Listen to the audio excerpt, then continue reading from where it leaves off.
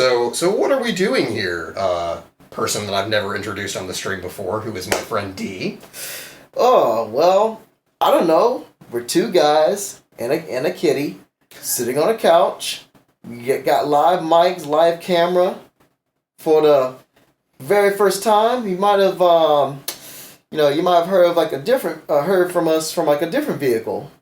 Like I don't know, maybe like a voice recording or something like that. Yeah, like some sort of like cast that you maybe put on a pod.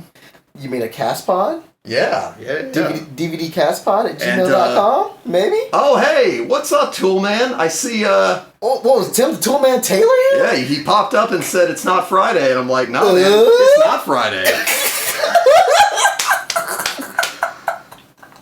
And then he says D with 2 E's. Yes, you are very right. This is, a little experiment for us. We've never done a live podcast before.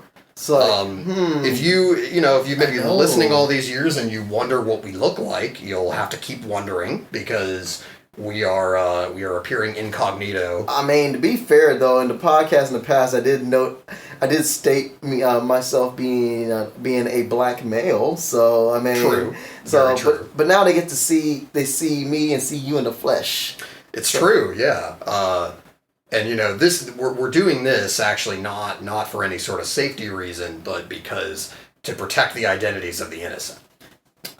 Oh wow! I feel like it's just like, oh my goodness. Stay turned, little TARDIS says. Also, hi, how are you? I'm gonna actually put this up on the big screen so we can at least kind of see chat. Cool. Because that occurred to me, oh God, no, we've never podcasted with chat before. I know. I mean, to be fair, I can have my phone here as well, just not have the volume on. Hey, this is a new thing. Oh yeah, Tari's not wearing a mask. He has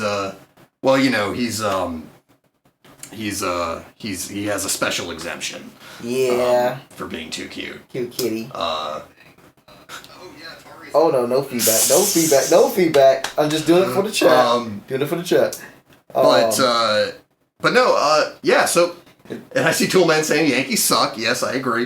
But as we're doing this, hey, since we've never had this opportunity to like interact live before, I'd say, hey, you got a question, sing out for us, and we'll freaking answer you live on the air. Like we've never been able to do before. Yo. Although you probably were. Although you probably were shouting like into your device of choice while listening to us in the past for our like terrible takes. Dang. But now you can shout at us like somewhat in person. For real. Yo, I've been itching to do this. Can I officially make it a podcast, a live podcast? You can. Right after this. What? Wait, don't, don't you do it? Don't you do it? Not yet, no? Yeah, you can do it. I'm just saying don't do it. As if you're cutting me off. Oh. Do it. Do it. Go ahead and do it. I guess I'm gonna have to...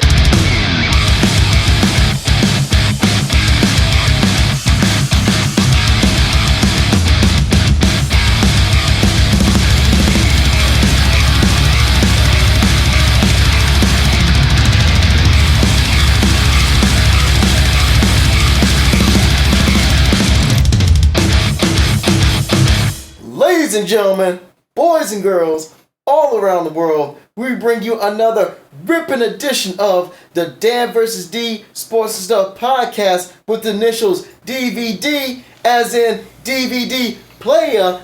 I'm your player, D with 2 E's, and always with me is... It's Dan with an A-N. Dan the I-E-L. Man. And an I-E-L. Yeah, and Dan the man he can. What's going on, guys? Special guest intern Atari. For real. The cutest ever, man. I'm telling you. Yes, he very much is. But what's going on, everybody? Yeah, it's been while. It's been a little while since we've done one of these. Just in general, like this last time we did one, it was during like the restart. It was during the bubble. Yeah, it was the bubble. We were mostly talking about the bubble because that was the only sports thing that was going on. Because that was what I think we did it. What, August? Yeah, something like that. Wow. So it's been a couple seasons. It's been a few seasons since then, man. And series premiere. And obviously, like we're not going to be able to cover literally everything that's happened. But oh gosh, no, no. We're just going to run down a few things and probably talk about like the Super Bowl a little bit and oh gosh, the NBA season, some like football players retiring and shit. Excuse me. No, you're good. And we actually got some questions in chat. Let's see, from Lil Tardis we have, what do you think of the Dodgers having a fully vax section? Which I think a fully vax section? Wait. If I'm actually gonna have to Google this because I don't think I've heard this. Is it? Sorry, go ahead. I thought like stadiums require you to be vaccinated in order to be for viability reasons. No. What? You didn't see that, like, on opening day, the Texas Rangers had a full capacity of 40,000 people in their stadium, most of whom were not masked? I mean, I could live with that if they were vaccinated, but I doubt it. Because remember that I'm seeing results about Dodger Stadium being a vax site. So Little Tarts, I might actually need a clarification on that. So it sounds like they have if I'm interpreting that right, they have a like fan section in the stands that's like for people who are fully vaccinated. Is that right? Because it makes sense to me, honestly, because I know that like everybody's going to be in very weird territory navigating this, and you're literally almost guaranteed to like piss somebody off. So piss the least amount of people off, I guess. Which I find funny, again, like also protecting people to some degree. I find it because the whole Texas Rangers thing was, specifically the governor of Texas tried to beat everybody else to the punch by just declaring the state fully open and just lifted all restrictions like a month ago now. That makes me feel nervous. Which is, incredibly stupid. I mean, and people make decisions, but like it makes me cringe a little bit. I ain't gonna lie. Well, it's the classic fallacy of like, oh well, the people that are afraid of this are just going to take their precautions anyway, and then everybody else can just do what they want. But it's like, again, that only makes sense if it's like a thing like, I don't even know, like... Oh, man. But a thing that doesn't affect other people, right? Because every additional person... I mean, fuck, we don't have to continually relitigate this. We've been having this argument for like a year now. But like, yeah, like, it's kind of a silly thing, but Lil Tar said that's correct about the vax section. So it makes sense to me. I saw at the Super Bowl. Remember when they had the like 8,000 or 9,000 fans in the stand that were all vaccinated healthcare workers, and I was like, aw. Also, WrestleMania had 25,000 people. I know at least on the Saturday block. I'm not sure about the Sunday night. But they had 25,000 fans at that same site. Did they? So how did they go about that? Did they require like people to be vaccinated, or were they just like, okay, we don't care? I have no idea. I just know I saw some people with masks, so that was encouraging. That's something at least. Yeah, but but I tell you though, as much as it made me feel, made me feel a little bit, nervous, with like seeing that many people, it was still like. It kind of gave me some hope. Like, it made wrestling again. Because you cannot... Because wrestling without fans is dress rehearsal. Plus, it was great to see the real fans instead of seeing them, like, fans, like, in, like, Skype calls and stuff and those screens and everything. Yeah. In the Thunderdome. They, like, kind of convincingly recreated NBA basketball on what was effectively a television set, but... You really can't do that with pro wrestling. Man. Like, because the theatricality is, like, kind of most of the entertainment, really. Mm-hmm. And then, like, they're trying to laugh. Like, especially if, like, people with their intros, they're, like, looking at the crowd and stuff. It's just right. awkward. Yeah, I love the idea. No, the funny thing is, really, that's kind of what streaming is like sometimes, where, because I do the music streams on this channel on every Friday. Come check me out. You gotta put your plug in there. But, it's a little weird sometimes when you, like, I'm playing my song and I, like, nail the guitar solo and I want to, like, you know what I mean? And then I'm just, like, mugging it to a camera. And it's a weird feeling. I mean, if you want an audience member, all you gotta do is call me up, and I'll drive over here. And after you do that banging guitar solo, I'll clap for real and hoot and holler and everything like that. Can you like punch and kick the air too? I can't do that. That's for the little guy and the other dude. I can't. Those guys, I can't do that. Like, just as witnessing those guys, I'm like, I'll never do that because you guys do it much better. And like, I'll be doing a disservice for people who actually are good at doing that. I'd be like, nah, I'm good. So, if you listeners, if you don't know what I'm talking about, the little guy, Google GIFs of hardcore dancing or just videos of hardcore dancing. You're welcome. I just made your day, man. And I did want to get to this really quickly. I saw a question from Toolman as well. I also saw one of Little TARDIS. Let's get to Toolman first. Yeah. Well, we answered the one about the Dodgers. Okay. Is this just gonna? It might be. We might actually just have like our format right here, just answer like sports questions, honestly. But Toolman says Patriots quarterback situation: Cam Newton a bad choice or the worst choice? So why don't you take this one? Cam Newton. Honestly, I'm a big fan of Cam Newton because him, representing the Carolinas. He was a big deal in Carolina. I wish he was still there, but it was time for him to move on. Then when I heard news about him coming to my favorite team, the kitty is rising high. I was really ecstatic, especially with the first 2 games of last season. Like, the dude was playing like vintage Superman. Like, doing those quarterback draws. He had like 70 yards rushing, a couple touchdowns with against Miami. That was cool. And then he went toe to toe with okay, now I can be more loose now. There we go. Sorry. There we go. But no, I know you felt like you were probably just frozen in place. I was, man. I feel more nimble now. But when he was in a shootout with Russell Wilson, and they were like that 1 yard away and tying the game up and everything. Like, he was playing in like vintage Cam Newton, but then he was having success throwing. In, literally the sample size of those like 2 games. But Edelman had statistically his most receiving yards, I think, in a game. Yeah. And that Seahawks game. Then Cam got COVID. Then he came back, and then I believe he was never the same once he came back from COVID and stuff, because I think that stuff really took a lot out of him. And then Edelman was hurt, so he was throwing to the guys like N'Keal Harry and I'm blanking on some of the names. Jacoby Myers. Jacoby Myers, yeah, he was like one of my favorite like gems like out of that team. He was like one of the few guys who didn't suck. Like, he's like I'm forgetting the other guy. He actually played for Carolina with him, but like he was decent. I'm blanking on his name.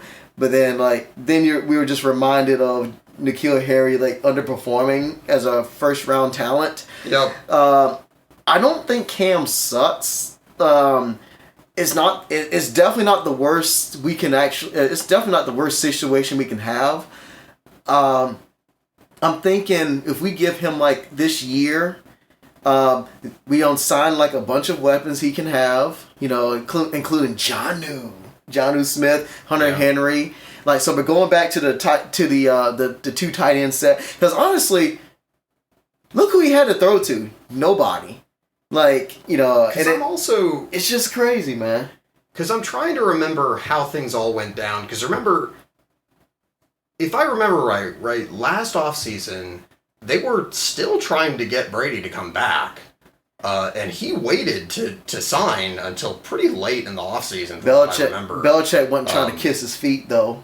Well, yeah. Belichick was too stubby. He wasn't going to beg.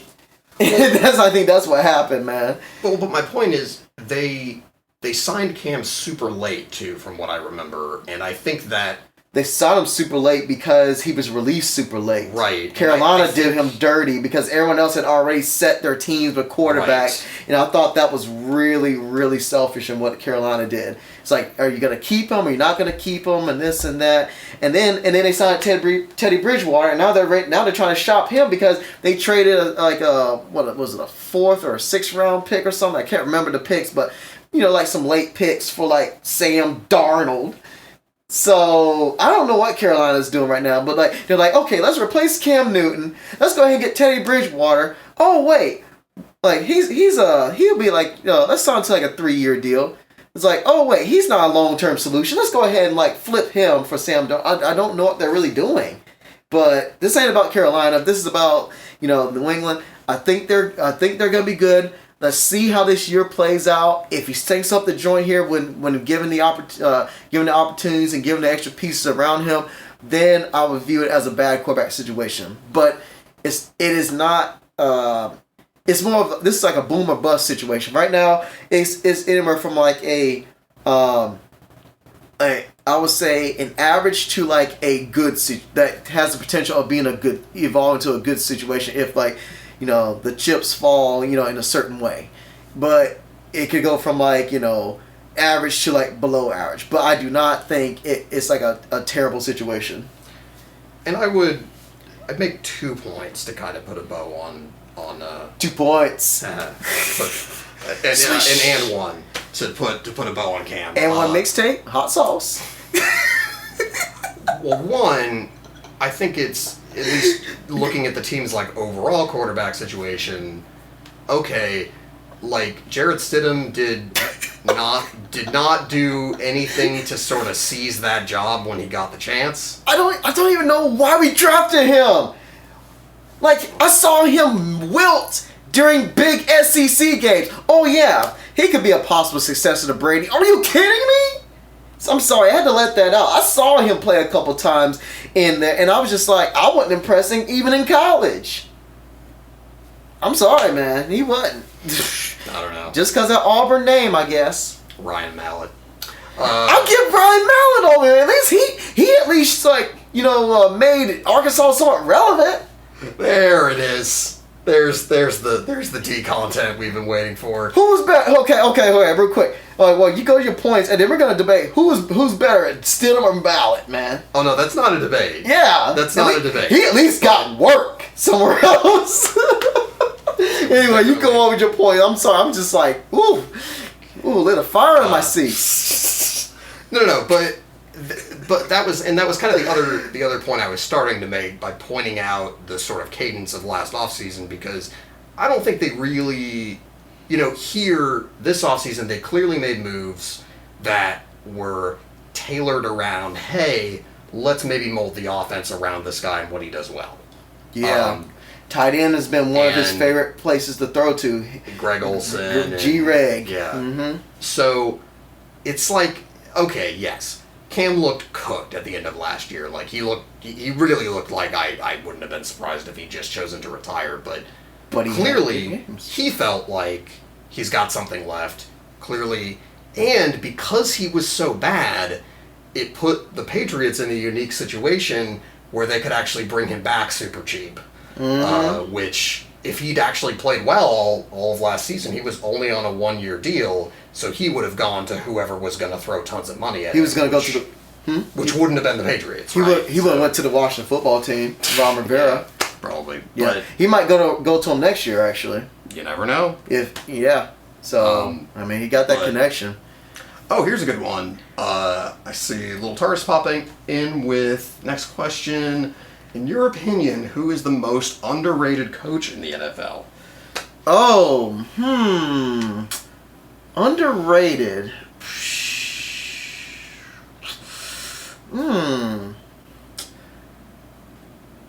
I would have said the coach of Carolina before this, but I don't know that that's going to bear out this season with, like, quarterback Sam Darnold.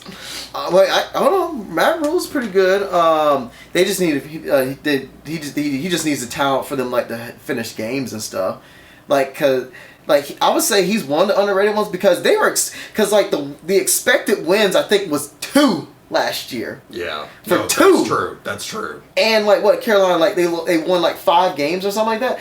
And they could have made the playoffs if they would have won half the games they lost by, like, 8 points or less. So they were in these games. Like, I got a good buddy of mine who's a big Panthers fan and stuff like that, and I feel for him, man. Like, shout out to you. Like, the heartbreak, man, it was real, and I was watching the games too, and I even texted me like, man, what the heck was that play? But they were in those games, but they're just a young team. I mean, think about it. That was their first year without Kuechly, their first year without Cam, their first year without Ron. So that's that big 3 right there. They were without. Yeah. So the 3-headed monster, they're leaders. So they really had to, like, they were starting, like, not from scratch, but they were, in terms of leadership, they were starting from scratch. Yeah. So they had the talent, but they were just trying to. But the core is young, and they didn't have to figure out how to win. But I'll tell you, another person that sticks out to me was Giants coach. Oh, what is his name? Is it Judge? No. Mike. It's obviously Mike Judge. Hey, Beavis. No, but I know who you're talking about, and I'm blanking on the dude's name because I suck. But they were this close to making the playoffs. Joe Judge, you were right. Joe Judge, there you go. That's a great name. That's like a wrestler name. Joe Judge, man. They still ain't got nothing on. Sorry to him, man. I am gonna reference a Yankee here. Aaron Judge. All rise. That's the only Yankee I actually would care about. Joe cheesy. I love Aaron Judge. It's good old cheesy John Sterling, like, home run pun calls. Didi Gregorius leaves me euphorious. Man, like, I thought about, like, this is just a random thing. I thought about, home run, like, you talking about, like, home runs. I remember I thought about earlier this week about, Raul Mondesi needing a home run and just hitting a straight grand slam in Game 6 of our World Series, just taking your soul out of you, man. Like, there was a Game 7 play, but my soul left my body. Well, Tardis says Joe Judge coming off the ropes with the suplex. I did want to throw one other name out there, Sean McDermott. The coach of the Bills, But they already had talent, though. But... And how much are you going to put that on the overall development of Josh Allen, though? I mean... Because they were a playoff team last year. The year before that. No, but, it's a couple of things. Okay, let me hear it. Well, one, you know how hard it is to take a, like, his... Ooh, he got hops. Okay, that was my cat. Oh, he got hops. Yeah, that freaked me out. But you know how hard it is to take, like what Brian... Actually, I would put Brian Flores on this list, too. Yeah. You know how hard it is to take a franchise that has been losing for decades. And turn that... Because it's not just, the players who are there now haven't been losing for 20 years. So it's not... Mm-hmm. But it's that culture. But it's a culture. It's in the air. It's with the fans. It's the organization. So it really does take some kind of special it factor to, like, help oversee that. And yes, to your point, yes, players play. It's a talent thing, but let's also, and I mean, I think Josh Allen deserves credit for Josh Allen's development too. Yeah, Josh Allen really, like, he worked on his game. You can tell who works on their game the offseason and who don't. He definitely did. I was really impressed. I was like, oh, this guy that can run mostly and maybe can make throws. When he was zipping that thing, throws. He couldn't throw when he got into the league, dude. He could throw a pass here and there. kind of. He was an athlete when he first came. He wasn't. I mean, he wasn't like Tebow bad, but he was like, you know, Tebow won a playoff game. Like Tebow shouldn't have been in the NFL as a quarterback. But weren't those weeks fun to watch though? I mean, yes, but Tebow mania. But beside the point, Tebow mania. But at some point, like, you know, even if, you know, it's not necessarily Sean McDermott who's like out there on the field with Josh Allen every day telling him what to do. He's not a quarterback whisperer. But, you know, I mean, I think if it's always the guy in charge's fault when like everything goes wrong, which I like to call the U.S. president principle. It's also, I think you got to give the guy in charge some credit when like things unprecedentedly go well. Unprecedentedly. Because development stories like Josh Allen do not happen. Like, you know, and I just, you know, you and I have both been watching football for like many, many, many years, and we know quite a bit about like the history of the sport. Mm-hmm. I've never, ever seen a player come into the league with like, and show us on an NFL field what Josh Allen showed us like that first year, and then become like a legitimate like MVP candidate later. Like that does not happen. Yeah, because normally you get guys like Christian Ponder or Blaine Gabbert. Because, you know, like, for example... Brady Quinn. Well, like, Cam was not like a fully polished player when he came into the league. But Cam was a different specimen that you never seen before. But he was a freaking tank. Well, but he also like threw for 4,000 yards his first year.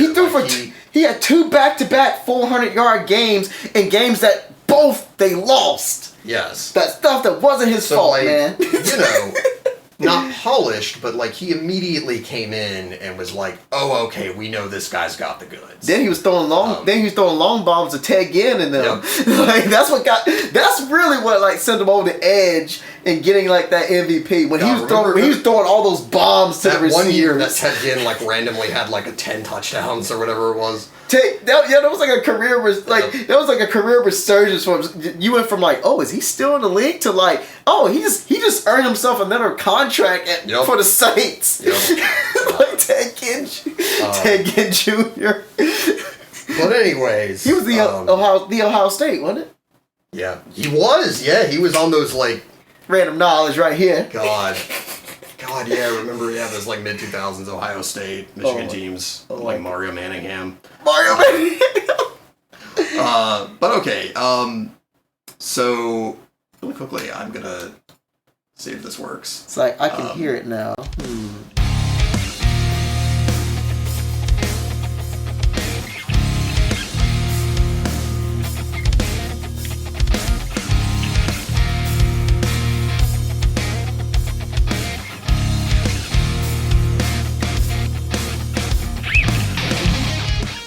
See, it's just like listening to a podcast. I had to get used to it, man. So I wanted to move right along, and I guess we'll hit Super Bowl and then NFL retirements. Oh my gosh! So that's Super Bowl. Yeah, I got a question for you here. Which was the more boring Super Bowl? The one from this year, or the Rams and Patriots? Oh, Rams and Patriots, definitely. At least the score was close to the end, though. Because in this game, at least there was some form of suspense. But by the time halfway through the third quarter rolled around, then just one team was just pummeling the other one. So that's the one thing I give the Rams and Patriots. That score stayed close till like the fourth quarter. Well, here's a sports deep cut. Oh, deep. Do you remember the 2014 World Cup match where Tim Howard in his last World Cup campaign with the U.S. National team had 16 saves because the team's defense was just so horrible? I was marking out so hard for that. I think that was on my birthday. I was like, Go ahead, win it for yourself, man. Go for it. And it was like, is the fucking goalie gonna win this thing all by his damn self? What? He wasn't going to because he can't score, but that was the most entertaining thing ever. And it was just this absurdly, Greek myth level, like, heroic performance in a defeat. Plus the memes. Yeah, and the memes that came from it. But that's what, like, Patrick Mahomes' performance in the Super Bowl kind of reminded me of, because he kept doing just ridiculous superhuman stuff, and it just didn't matter. It's 4th and 20. Oh, I'm getting ready to get sacked. I'm just going to flick my wrist and nearly complete a pass for a touchdown. The freeze frames of Pat Mahomes parallel to the ground as he releases the ball, knowing that the ball went 30 yards in the air and landed on target and hit his receiver in the freaking hands. Dude, at that point, I would have been ticked if I was Patrick. I'd be like, dude, I literally escaped death, like, on the football field and put it right where it needed to go. You couldn't catch it. I know it was a little bit crowded, but you had your hands on it. The dude is not human, and he's awesome. No, and he's 24 years old, so we're gonna get to watch this for like 10 years. Hey, you know, Mitchell Trubisky was drafted over him. Well, I'll tell you this, Mitchell Trubisky, I'll have you know, is in fact a Nickelodeon MVP. The MVP, the dude, poor kid, like, he couldn't even get his name right. He said Mitch Trubisky, like, he couldn't get his name right. And then he handed him a trophy that's, like, I guess a blimp with, like, green slime leaking out of it. Like, I don't know if they, like, because I didn't see him hand it to him, like, on camera. Like, I guess they were, like, I guess he was, like, sitting in his, it was probably left in his locker or something. Yeah. Here you go. I just wonder what that exchange was like. It's like, he's probably thinking, like, what is this? Like, well, apparently you won an award from Nickelodeon. Thanks. He's the only MVP, like, in Bears history. Imagine if they never do another game, and then he's the only MVP of all time. Well, that's gonna be impossible, because they're gonna do another one, because it was actually, I heard it was, like, actually a decent success. So they're gonna at least do one more. Again, yeah. But this time, here's one. This time they're gonna have someone that more well deserves the award, though. No, think about it. Tommy Maddox is still the only XFL MVP of all time. Well, Tommy Maddox was Tommy Maddox, though. Yeah, and he parlayed that into a gig with the Steelers and started a playoff game. Anyway, who was later replaced by not Cordell Stewart. Roethlisberger. Yeah, that's right. Yeah, he replaced Cordell. That's right. Because like, didn't, like, Maddox replace Stewart? Maddox replaced Cordell Stewart, right? And then he got hurt, and then or something. I think he got hurt in, like, the first game, and that's why Roethlisberger got started. The Trent Green effect. Yeah, basically. Except it wasn't preseason. But and Lil Tardis said even the halftime show was kind of I would agree with that. Yes. I mean, I love how they incorporate for a second to remember even what the halftime show was. The so Weeknd. That's not a good sign. Yeah. Oh, The Weeknd singing about cocaine. Man, I can feel my feet. I'm with you. But I love it. Also, y'all can see me dance and, like, do, like, hand arm motions and stuff. Now this is pretty cool. Like I'm still just getting used to this, man. You can see me waving my hands in the air, waving like I just don't care. Oh, you're watching yourself. I was like, what are you doing? And I see you're watching yourself on the monitor. I was like, what? What is going on there? You know what this makes me think of? You remember that old, like, what was it, the iToy commercial for PlayStation? Billy's on the TV! Billy's on the TV! And everybody's just running to his house, and they see him, he's, like, just playing this terrible, like, game where he's just, like, hitting stuff on the screen or something. Back when, like, seeing yourself on a screen was, like, novel. And then the Kinect happened. Yeah. It was great for novelty, but then it was not going to be the future. And then VR came in and be like, okay, hey, you can do virtual reality. No, I was gonna say if you like The Weeknd, but I guess if you know who The Weeknd is, you should check out the movie Uncut Gems, in which he has a cameo as himself, as a younger version of himself. I still need to watch that with dude, it's such a good movie. Adam Sandler and KG. Like KG. Kevin Garnett, bro. Not in the same way as Videodrome, but like, oh gosh, it's it's not a happy movie. Like you won't feel good after it's over. I mean, I've seen some crazy stuff where I did not like wind up happy at all. So yeah, like Toolman says that dude was singing inside of a cheese grater, talking about The Weeknd. Yeah. the weird like inside set where he like grabbed the camera and was like. I will say though, I do like the way they incorporated like the backup dancers. My wife mentioned this. You know, when they had the freaky masks and stuff, the freaky bandage stuff, like they look like they were like all hurt up and stuff. But I think that was like I like that aesthetic, but also I think my wife was like talking. She was talking to like a family member saying like that's probably like a way of incorporating them wearing masks while being around each other. And I thought that was really. You know, a great tactic right there. Having the PPE be part of the costume, yeah. Yeah, I thought that was pretty dope, honestly. You know, it was surreal and strange. While I had some bangers and stuff, his new stuff, man, I don't really care too much about. Especially when they kept playing in that advertisement commercial. I was like, I don't know that song.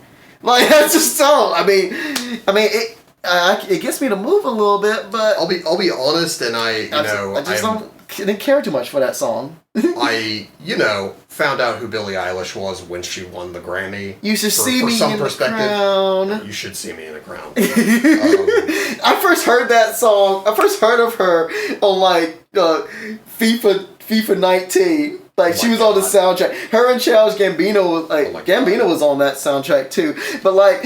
Funny story about her, like I was watching like the late afternoon games of football. They were boring. Then I go on Twitter. Then like I was like on some random thing, and they had like a concert. You know they have like sometimes they have like little random links of like a concert feed or something. Yeah. And I think it was like some kind of like concerts in Atlanta, and I was like. Billie Eilish was on that, and I watched that instead of football, and it was dope. Wow.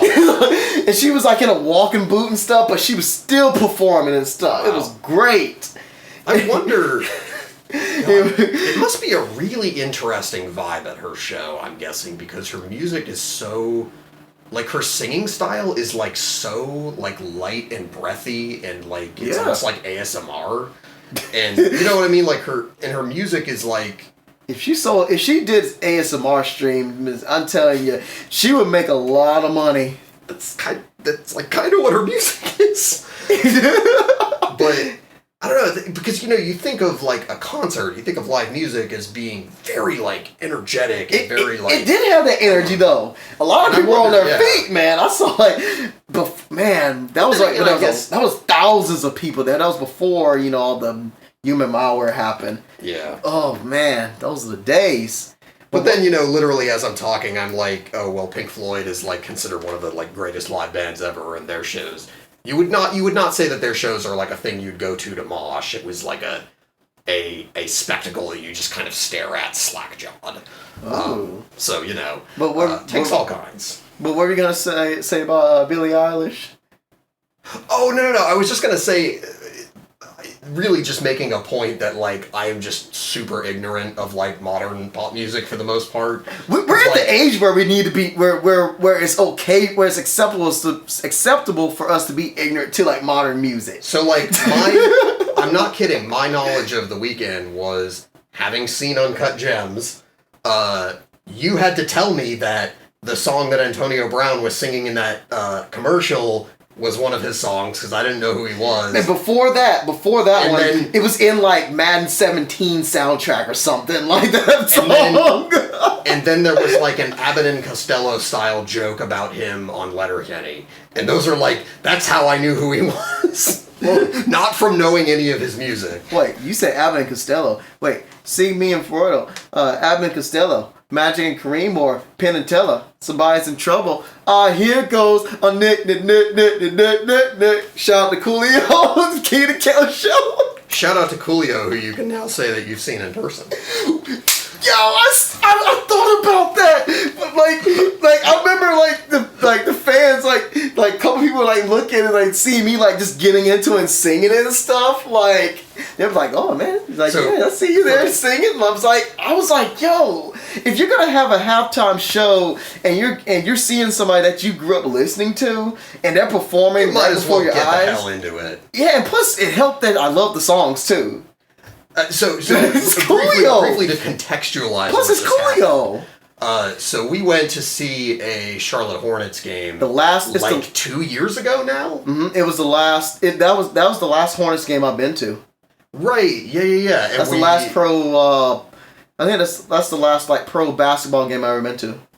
And it was the two of us and a friend of the show and superfan Toolman, and just kind of randomly, like, the halftime entertainment was Coolio, who came out and did all of his 90s hits, and, you know... You even had the dude that sings the chorus? Yeah. I think that's the same guy. Yeah.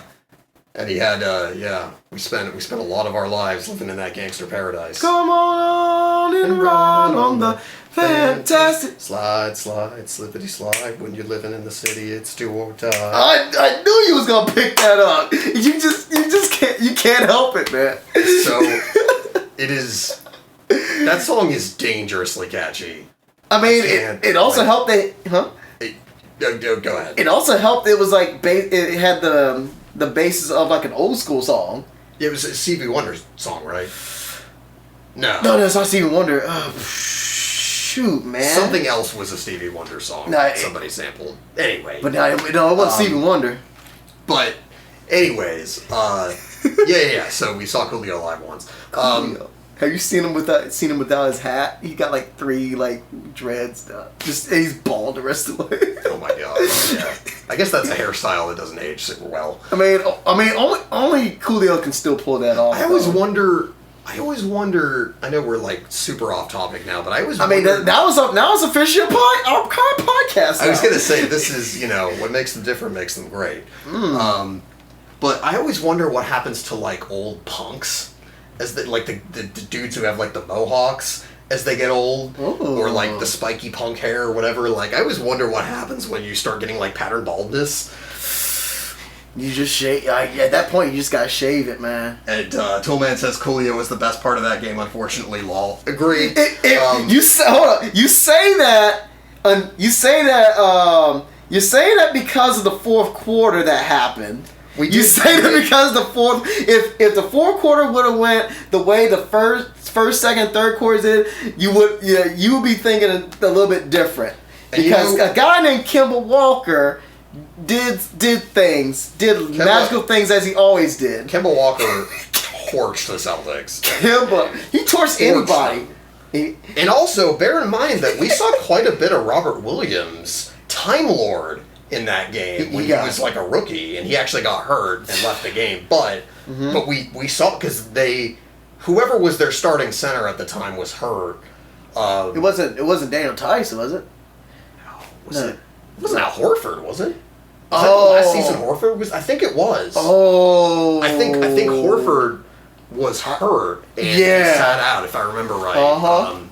But so they started some random kid, and we're like, Robert Williams, the fuck is that? But yeah, no, he's like a guy who's like getting minutes for them now, and is like turned into like a very good shot blocker, defender. I mean, he has to now. I mean, because Daniel Tice is with my Bulls now, who's actually been doing his thing. And honestly, I think his presence on the team is like why they felt comfortable getting rid of Tice. Ultimately, I mean, Tice had he had hit his ceiling though.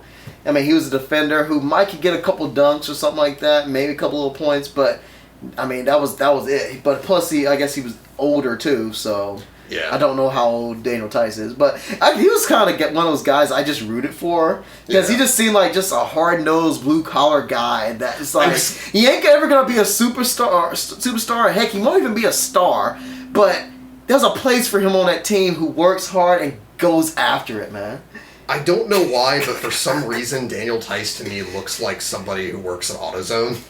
I mean, that's what I think of when I see his face. I mean, he got like that shoulder tattoo. He's got the muscles and stuff. But like a guy that like the cool guy at AutoZone. Oh yeah, not the guy that you're like a little afraid of. I mean, I'll admit I'm a little afraid of Daniel Tice. I'm afraid of anybody in the NBA because they could just even the people who are like 5'11" or something. Even Kemba Walker could tower over me. I'm like, I was gonna say, oh hey guys. I think I'm either the same height as or. No, Kemba Walker's what, 5'11", 5'10"? He's about 5'10", 5'11". He ain't 6 foot. So he's actually like a tiny bit taller than me, but like... They give him 6 foot, but... But I'll be honest, he would probably still tower over me just because I'm sure his, like, presence in a room... Shoot! Spud Webb would tower over me. He's only 2 inches taller than me. Well, shout out to Kemba Walker because... Literally everybody on the Celtics has raved about him from the second he got there. Like, everybody is like, oh my god, he's like the nicest guy ever, and he, That wasn't really hard to do, though, because look who he came after. Mr. Toxicity, Kyrie Irving. Yeah. He's got the skills, but he just brings toxicity to wherever he is at. I love he even badmouthed LeBron James, and they won a championship. I love that. Cleveland. Why? I love that James Harden is so insanely, transcendently good at basketball that he can literally turn his game into like this crescent-shaped thing that fits around Kyrie Irving's ego. Like that's impressive. It's like who?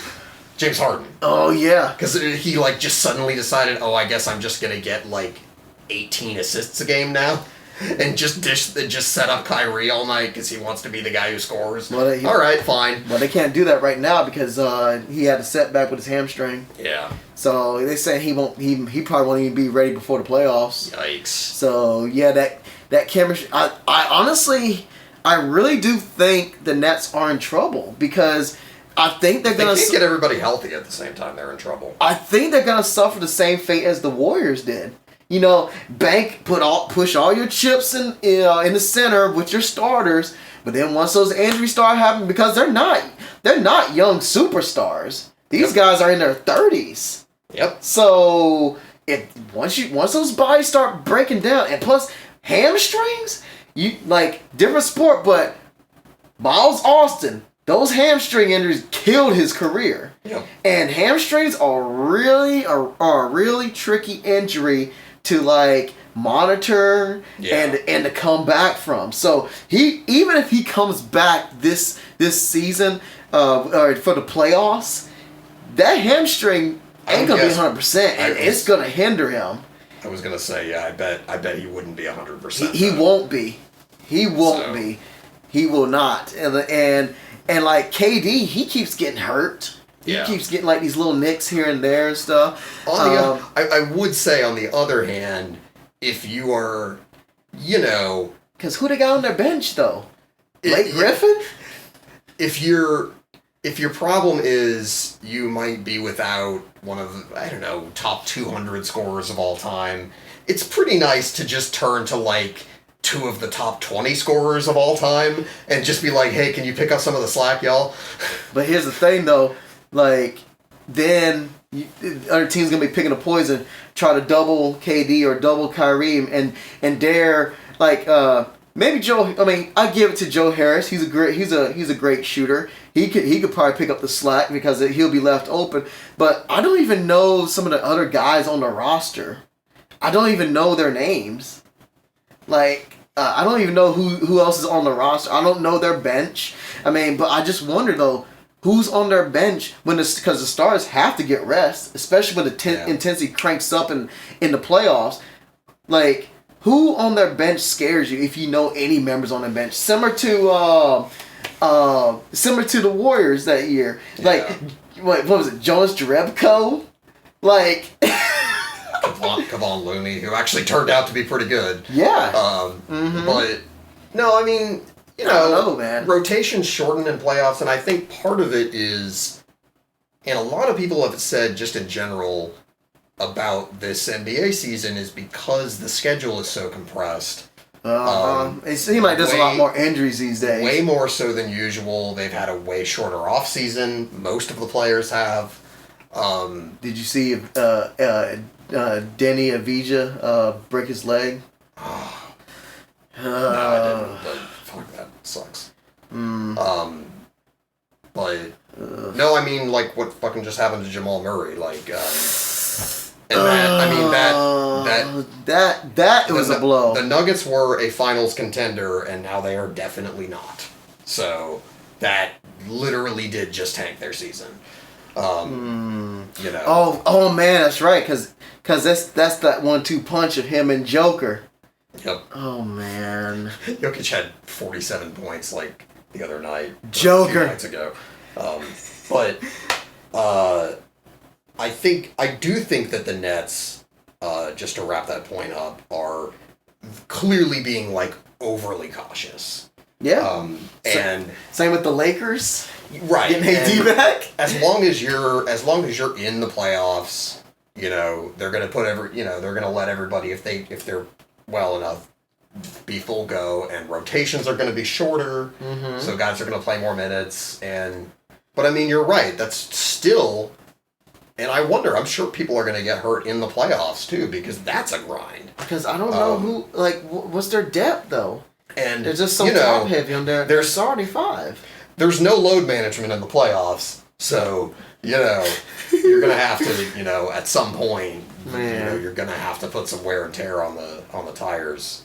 But and that's why I worry about James Harden. I think he's the X factor of whether they win the championship or not. Yeah. And if you're putting wear and tear on a hamstring that has already been torn or has worn down or got nicks on it, I don't know how long he can last or how effective he would be long term, like in the playoffs.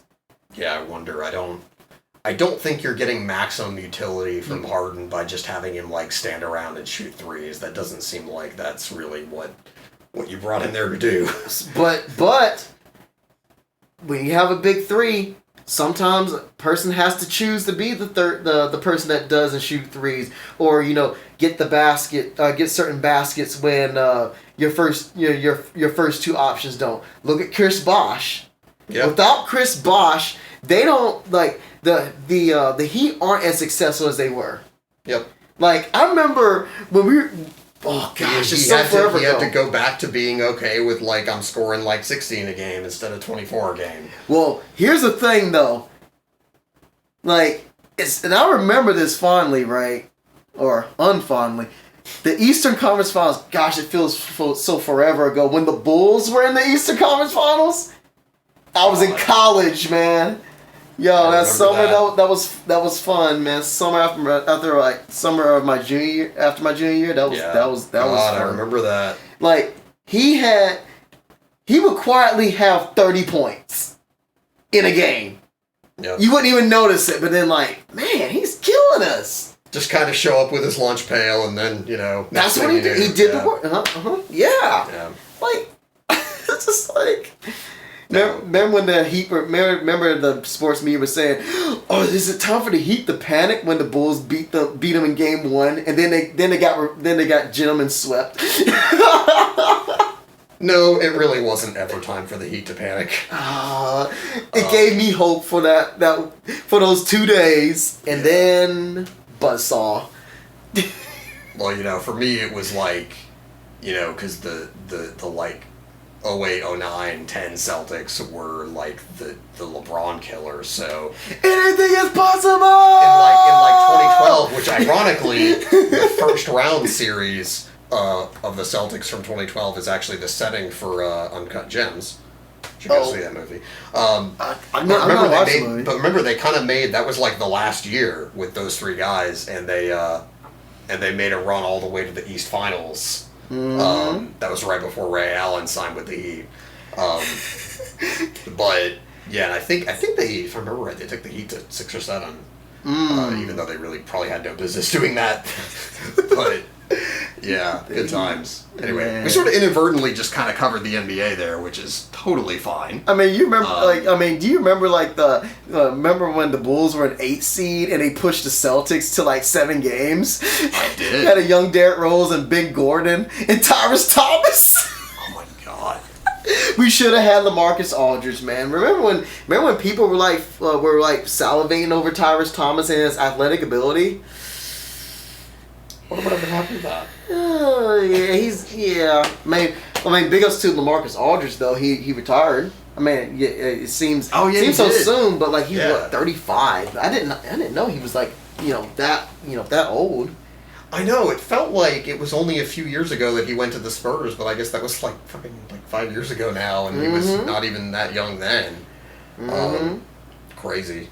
But yeah, but happy retirement, LaMarcus. You've earned that, man. Yeah. Speaking of retirements, ooh, let's I've been waiting for this. Yeah, let's talk about one of the all-time great Patriots. And one of my wife's favorite players from the team. Yes. And she'll attest to this. Julius Edelman, or as they call him, Minitron. That's a good nickname. It is. That's a good nickname. I remember hearing Skip Bayless say that. I don't know if other people say that, but yeah. Skippy. But yo,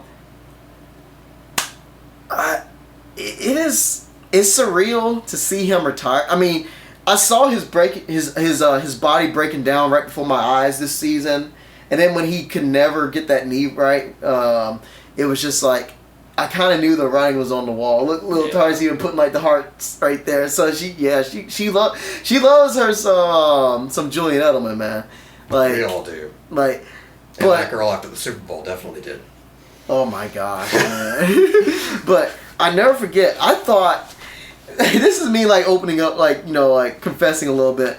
Like I was like a through and through. I was a Wes Welker guy. Same. And I was thinking like, who is this guy? This former quarterback? Nah, he ain't gonna be nothing like Wes Welker. Like, come on, let's just keep Welker's. Oh, Welker's gone. Man, this guy is gonna be okay. He'll be okay, but he ain't gonna be nothing special. And then, oh my gosh, was I wrong? And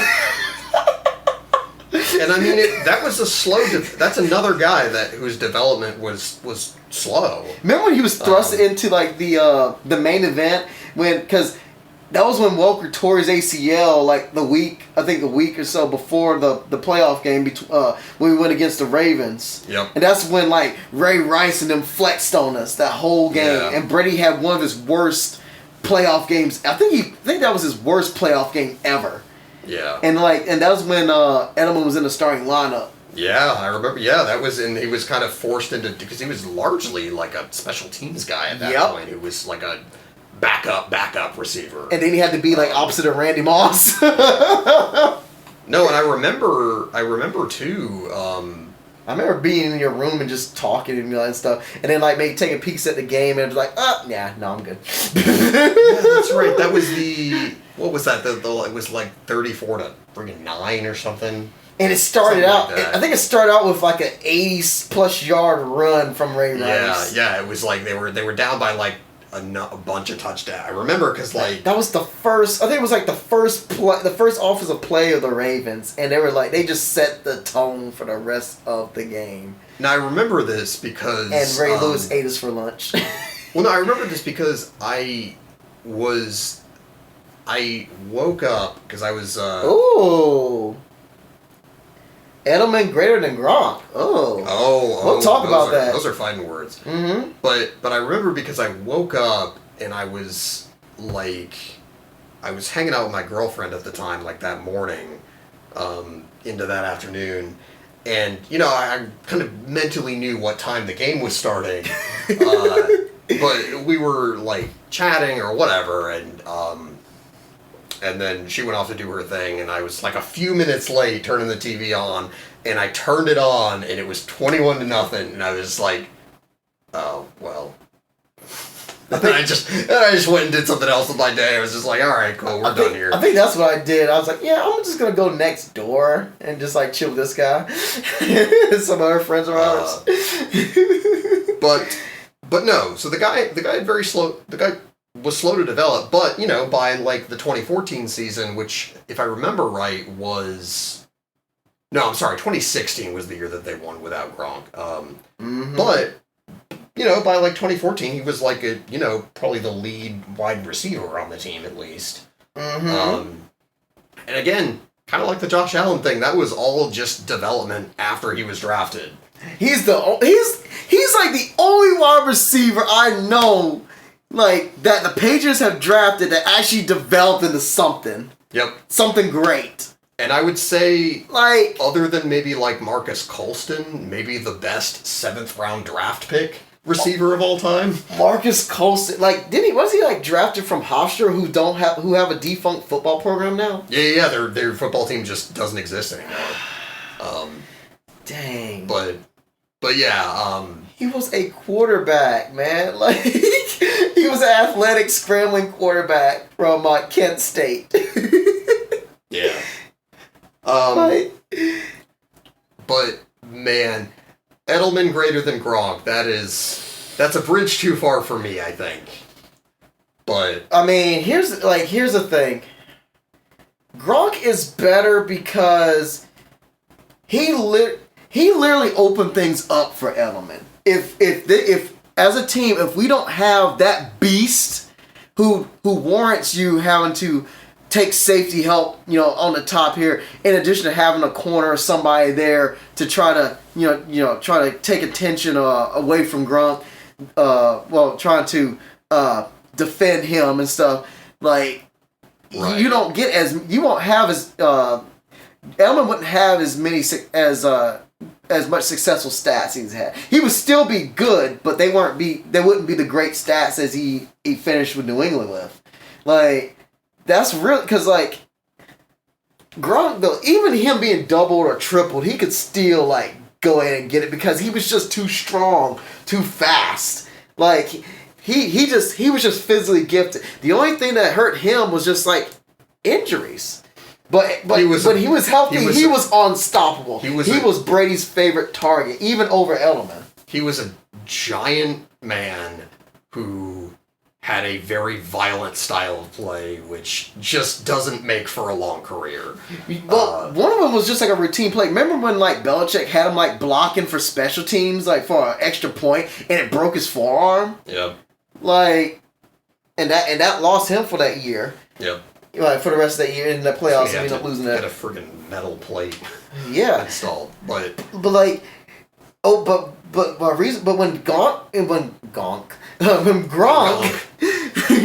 Gronk started getting hurt and stuff, that's when Brady had to, like, lean heavier on Edelman, and I think that's what really built that trust to that next level. Yeah. Because I'm thinking, he's like, I gotta throw it to this guy, because who else do I have? I mean, I got, like, I have, like, Amendola. I had, like, for a time, I have Malcolm Mitchell.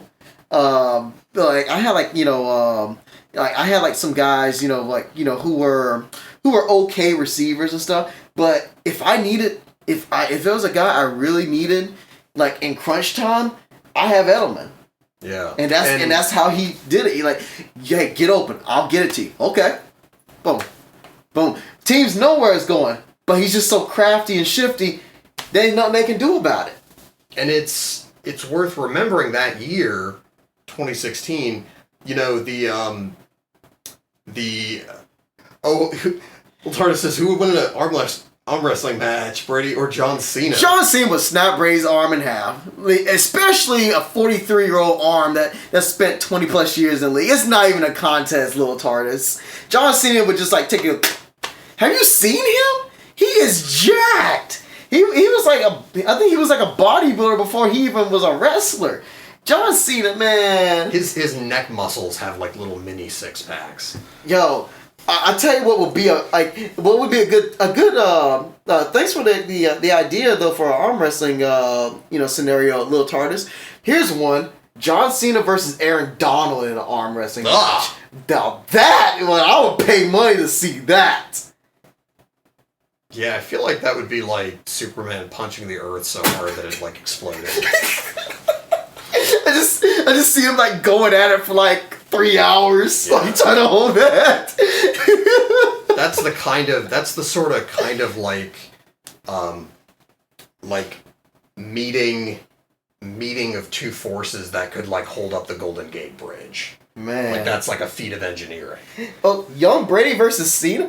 Like, still, Cena was snapping him in half. Like, Cena now versus young Brady. Like, Cena was still snapping because Brady didn't have any muscle. Like you see the combine. Look up the combine. Look up the famous photo. Actually, hold on. Yeah, look at the NFL combine. Footage or photos of a young Tom Brady.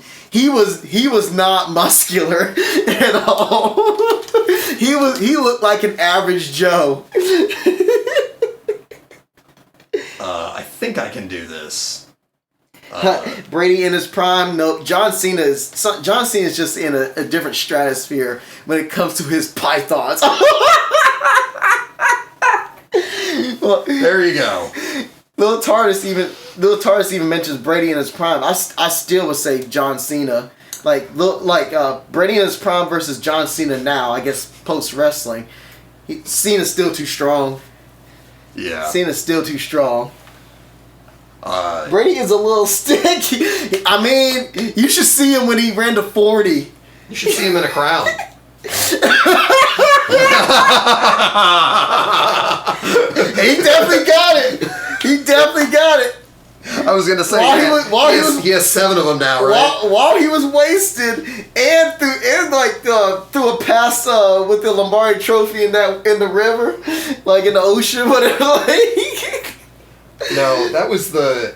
I know we're bouncing all over the place. I love this. This is what a podcast is all about, especially on Twitch. But that was the thing about the Super Bowl that was so funny to me was how, like, all the post-game stuff with them giving Brady the trophy and stuff, like how just mundane it seemed for him. You know what I mean? He's just done it so many times. He was he looked and acted like a guy who was just another day at work. But it's just so funny to me. But imagine, what, you just saying he wasn't like super excited because he's just been there? It was very matter of fact. I think though. Sorry, go ahead. No, remember he was because Jim Nance is socially distanced across the stage from him, and he was like, "Hey, can you speak up or come closer? I can't hear you." Yeah, I was on it. It's kind of awkward. Yeah, but this last year plus has been awkward, but we're still keeping on trucking, man. As my mom would say. I mean, I was awkward before the pandemic, so it's really just. But are you stronger for it? Really but are you stronger though? That's the thing. Yeah. Sometimes you only get stronger if you're having to face adversity, and we all have. Agreed. And we still continue to, but things seem like they're gonna start turning a new leaf. So we'll see. We just gotta keep grinding. But I think this victory was the sweetest for him though, because I think he really wanted to prove, hey, I can do this without Belichick. I want to show that, hey, I wasn't a product of the system, or that I can do it without without the flying Elvis on my helmet. Yeah. I want to go to a new team and I want to show the world, hey, I can do this. And I guess you see the internet comments well, Brady, when he was commenting about the numbers, ruling being dumb and stuff, people were well, he didn't show me he can win without, he can truly win, without a team carrying him and stuff. I was like, what? My brain. I mean, it was something along the lines of that. He needs to prove that he can carry a team. Has he done that? You look at those Patriots teams. He didn't have elite talent. Shoot, this is the first time he had elite talent across the board. Well, 07, but we lost. We still lost. It counts as an L. We lost that Super Bowl. That was one of the best times we ever had offensively and defensively, but we couldn't close the deal. And also, the second half of his career throwing to literally the greatest tight end of all time. So, it's a little disingenuous to say that I don't know. That's just a bad take all the way around. And then he's carried teams before.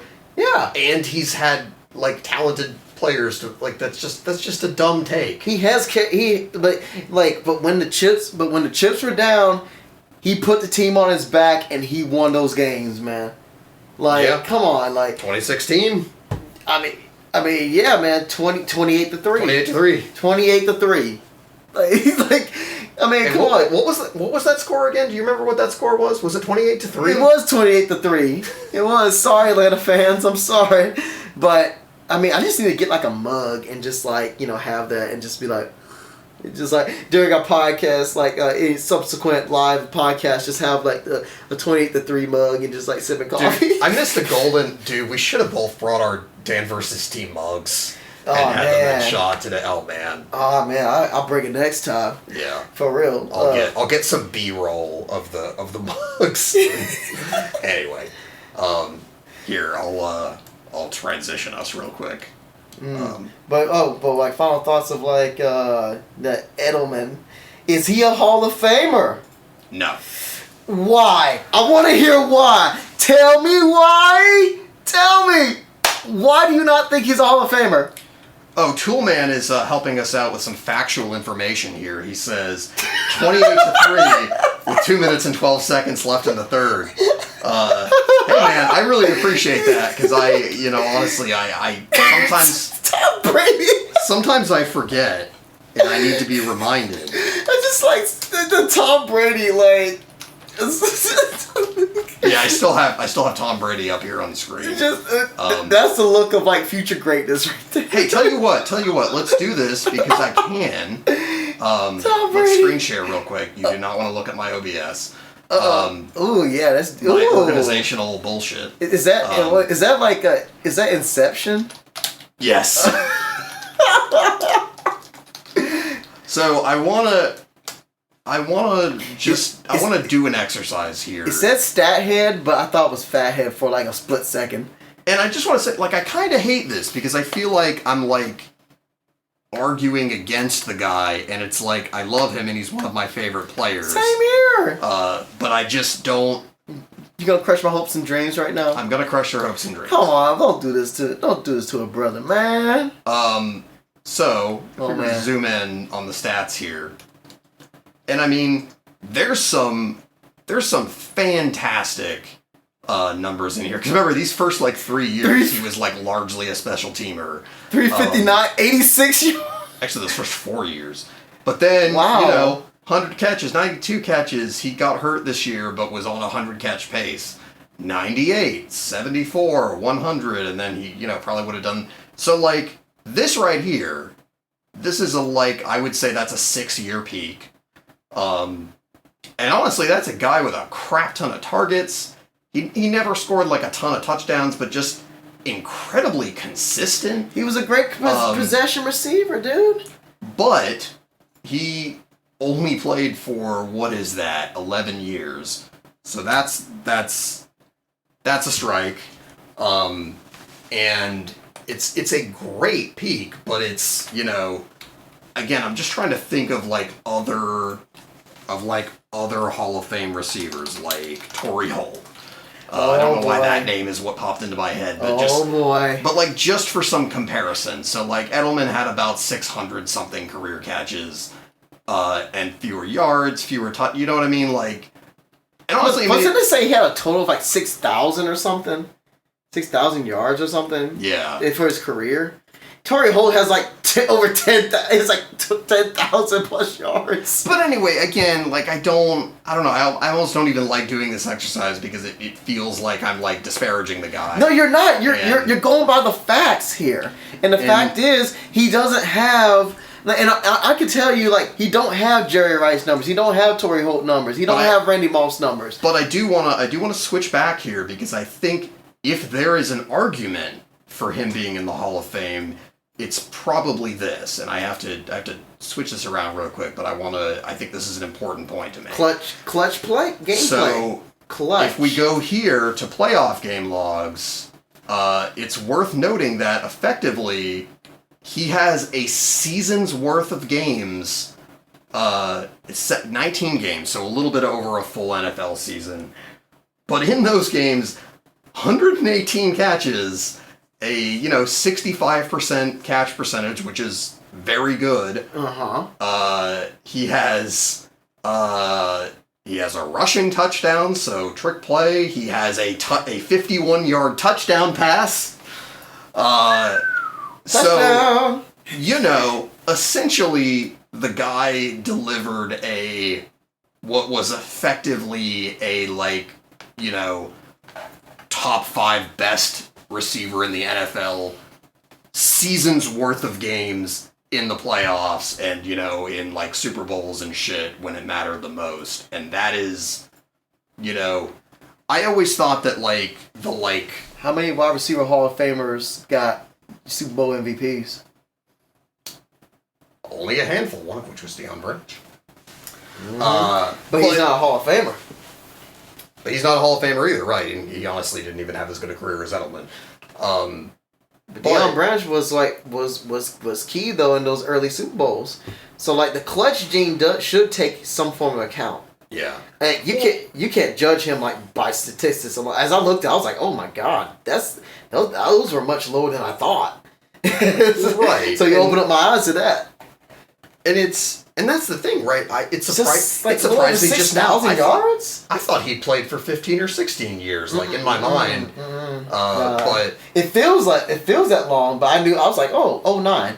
But dang, I didn't know his first 4 years were like, you know, kind of like duds like that. Yeah. Like, oh. So I mean, slow development. But you know, because I always think of like when, especially like towards the end of Derek Jeter's career, how like the clutch thing was like supposedly like a huge part of his Hall of Fame resume, and it's like, like the guy played in a crap ton of playoff games in his career because he was on good teams literally his entire all 20 seasons of his career. So yeah, he played essentially like 2 extra seasons worth of games or whatever, and was very good in them. But you know, if you really look closely, it's really not that far off from his career numbers. There's something to not being way worse in clutch situations, and I think that's really what you mean when you say clutch, is guys who don't do like that one James Harden playoff game where he clearly just wanted no part of actually playing basketball that night. Yeah. I guess I guess one knock you could say, but then again, like, I don't know whose really fault it is. Like, he did drop that one pivotal catch in like Super Bowl 46, because like I remember that because Giselle blasted him for it. She had that comment. It was like, my husband can't throw and catch the football. Oh, against the Eagles. Yeah, that took me. It was Giants. Oh yeah. Because we could have sealed it, but yeah. But then he dropped it. And then Welker had a drop in that game too, from what I remember. No, was that Welker? Or was it that was Welker. That was Welker. Oh, that's right. And then that's when we like dropped him. Yeah, it was like right. Like a season or two after that. Yeah, the Broncos signed Welker to like take him away from us. But anyway, I was sad when we let him go, and then I was like, oh well, consolation prize Danny Amendola. Then that was a guy who didn't really perform great in the season, but then he was big game Danny in the playoffs. Then, yeah, like became like another like clutch playoff performer. But the Patriots were scrappy white guys as wide receivers just performing in the playoffs. God. More than the Duke factory. But I always say that the original blueprint for that player was Troy Brown. What can Brown do for you, bro? Like that was the original that guy Patriot. Look up Troy Brown's career stats. Then I'm really curious now. Oh yeah, it's actually probably not as good as you're thinking, which is interesting because he really only had like 2 or 3 like what you would consider like elite seasons. I just remember he played with. I remember he played alongside Terry Glenn at one point. Yeah. Early in his career. Troy Vincent. I don't know who that is. Oh, I gotta pull up the screen share again. It is neat that I can do this though. It is. So here we got Troy Fitzgerald Brown. Yeah, he only had 31 touchdowns, fewer catches, fewer yards. So he had fewer. Okay, but like the yards are about on par. And I mean, basically, his peak is like these 3 seasons right here. Oh, when we started winning them Super Bowls. Yep. And he was really kind of like a bit player for the rest of his, like a third receiver, and then obviously he like filled in as a cornerback at one point. That was great, and he forced that fumble. God. And again, like, to me, like one of my all-time favorite Patriots because of stuff like that. Troy Brown just knew how to play the sport of football, dude. But anyway, no. Edelman was an amazing player, and again, like, to me, is like, if I had been that age during Edelman's career, he would have been like my Troy Brown, Mm-hmm. my favorite. Because, same thing, like, everybody loves an underdog, too, I mean, like, the Brady creation myth of being a 6th-round pick and everything, it's sort of the same thing at play, the guy who everybody overlooked, who showed up day one and just said, all right, what can I do? Be fair, though. He had talent. He played in the Big Ten. So that counts for something. Edelman played at a small He played in like a small D1 school like that with a lesser known conference, and was was a quarterback who was never going to play quarterback in the NFL. Because of his play style and stuff, and not being able to make the throws. So the odds didn't selfishly insist on still playing the position, unlike somebody else. Didn't that guy like play minor league baseball? Yeah, he played in the Mets system for a while. I think he actually played better baseball than football. Yeah, surprisingly. Anyway, I mean. Sorry, I derailed your point to make a joke about Tim Tebow, and I'm sorry. Tim Tebow is the man, though. He's cool. He's like, how can you see him smile and stuff? He got like that slick that hair gelled and everything like that. I'm like, how can you not smile when you see him? And you know what? Smart guy, because he was like a darling of conservatives back then. But he has very wisely kind of distanced himself from, like, conservatism now. Oh, that's what's up. Because he's smart and he knows that if he, said gross, disgusting things on television, he'd probably lose his job. Oh yeah, I got that. That reminds me. I'm gonna finish this. Okay. What I was gonna say is like Edelman's Edelman as a NFL prospect was expected to fail. Yep. Agreed. Expected to fail. 7th round, a lot of those guys don't make the roster. Yep. Most don't. Especially when you're transitioning from one position to another. It's very hard to just switch positions. Like, oh yeah, like you gotta have the athleticism, you gotta have the grit, you gotta have the heart, and you gotta be in a great coaching situation. Like, as you said, the slow development. There's teams that ain't going to let you develop. He was able to play behind Randy Moss, Wes Welker, and them, be primarily a special teams guy, and learn on the job.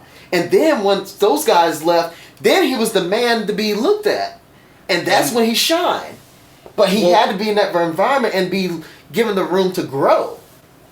And he was willing to do stuff like special teams. Learn how to field punts. Which is one of the most dangerous things in the sport. You know what I mean? Like, he was just like, I gotta do something, and then later on in his career he still returned punts. He did for a little while there. And I think at one point, I remember somebody else muffing a punt in a game, and Bill got pissed off. I think sent Edelman back in there, even though he was the number one receiver at that point. I don't know if it was Evan Dillon that muffed it, or it was somebody else. I can't remember. Yeah, but anyways, but yeah, we love Cyrus Jones, I think. Oh gosh. And think about it this way too. He was good enough that he made me forget who else wore number 11 for the Patriots. So. Who, Eric Bledsoe? Drew Bledsoe, we love you, man. But yeah, seeing those numbers, does he stack up with the Hall of Fame wide receivers? No, but you just have to wait. Just have to wait and see. But if I look at his resume as a whole. The clutch games, the clutch performances he had, the championships he's had, him him helping out Brady. Like, without Edelman, I think you take away 2 championships. Yeah. Well, I mean, like Brady ain't the Brady. Like, he would still be Brady, but he wouldn't be, like, out of this world Brady without at least Edelman in some of those games. Especially that Super Bowl 28-3 when he made that amazing catch that net ball was just like an inch away and touching the ground. And then he had enough balls to double clutch it. Yes! But from a clutch standpoint, Hall of Fame, numbers, no. And I guess really the point I'm trying to make is it's okay if he's not a Hall of Famer. Like James White's not a Hall of Famer, but I don't think that in any way diminishes like how important he was to like that era James and White's to the one team. of my favorite players, yeah. Yeah, like he's just a freaking great player, and it's not. It's it's the Hall of honestly, definitely Ring of Honor. Definitely Ring of Honor and Patriots Hall of Fame. Yes. And like people will remember who he is for the rest of their life. Like even people who hate the Patriots, they'd be like, it's like, man, back in the day, like I could just see people like, who like our age, they grew up, being parents of their own. They'd be like, mommy or daddy, like, what made the Patriots so dangerous? That darn Edelman, man. You just couldn't guard him. Brady was something, Gronk was something, but that dude... That guy that would always somehow find a way to, like, sneak into an open spot or just, And then a Ravens fan just talking about that time when he threw that damn touchdown pass. Or that time that he made a catch on a Super Bowl winning drive and then just friggin' got walloped by Cam Chancellor and then bounced up and then caught the ball the next play, too. Who was probably mildly concussed, but Probably, but whatever. Yeah. But yeah, we're gonna miss you, Edelman, because you've earned your retirement, man. Yeah. And we will always remember you, whether you make the Hall or not, dude. You're definitely gonna make the Patriots Hall for sure. But you don't have to make the Hall of Fame to like make an impression because we will remember your name and the presence that you left. And, Toolman said nothing wrong with role players. I agree very much so, and I would argue... Role players are really what helps you win championships, honestly. Role players are literally what... At least to me, like, that's what I remember about all those different Patriots teams was, like, I mean, Malcolm Butler, the undrafted corner, but, like, all of the sort of misfit cast-off players that were on, especially the first few championships. Antoine Smith, yeah. David Givens, David Patton. Yeah. Jermaine Wiggins. Yep. And Kevin Falk, who was like kind of the bit player to end all bit players, Kevin Falk paved the way for James White. Yeah. No. Belichick's like, I need to keep having guys like that. That's basically he loved Kevin Falk so much that he like just kept trying to draft Kevin Falk over and over again. Shane Vereen. Yeah. God. But Corey Dillon. Yeah. He was already a star though. But let's so I think have retirement, Adam. Yes.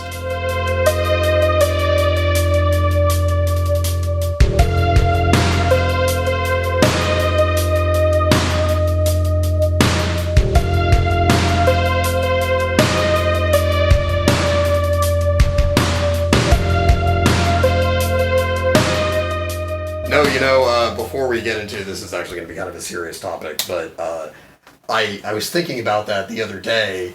That we were so obsessed with that State Farm commercial with Chris Paul and Trevor Ariza and James Harden, and literally none of them are on the Rockets anymore as of this spring, or as of I guess like that was like fall when Harden got traded. And he is the coach and he is the GM. So you're right. Yeah, no, literally everybody is gone now. I don't think anybody from the Rockets roster is there anymore. Even PJ Tucker's gone. Who is? Okay, here's one. We were talking about coaches earlier. I think PJ Tucker's gone from them. Yeah. I think so, yeah.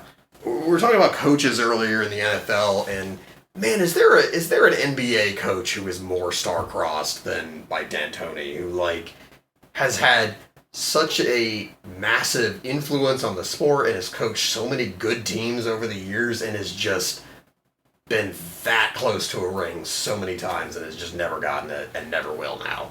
Oh, man. That's one that makes me a little sad because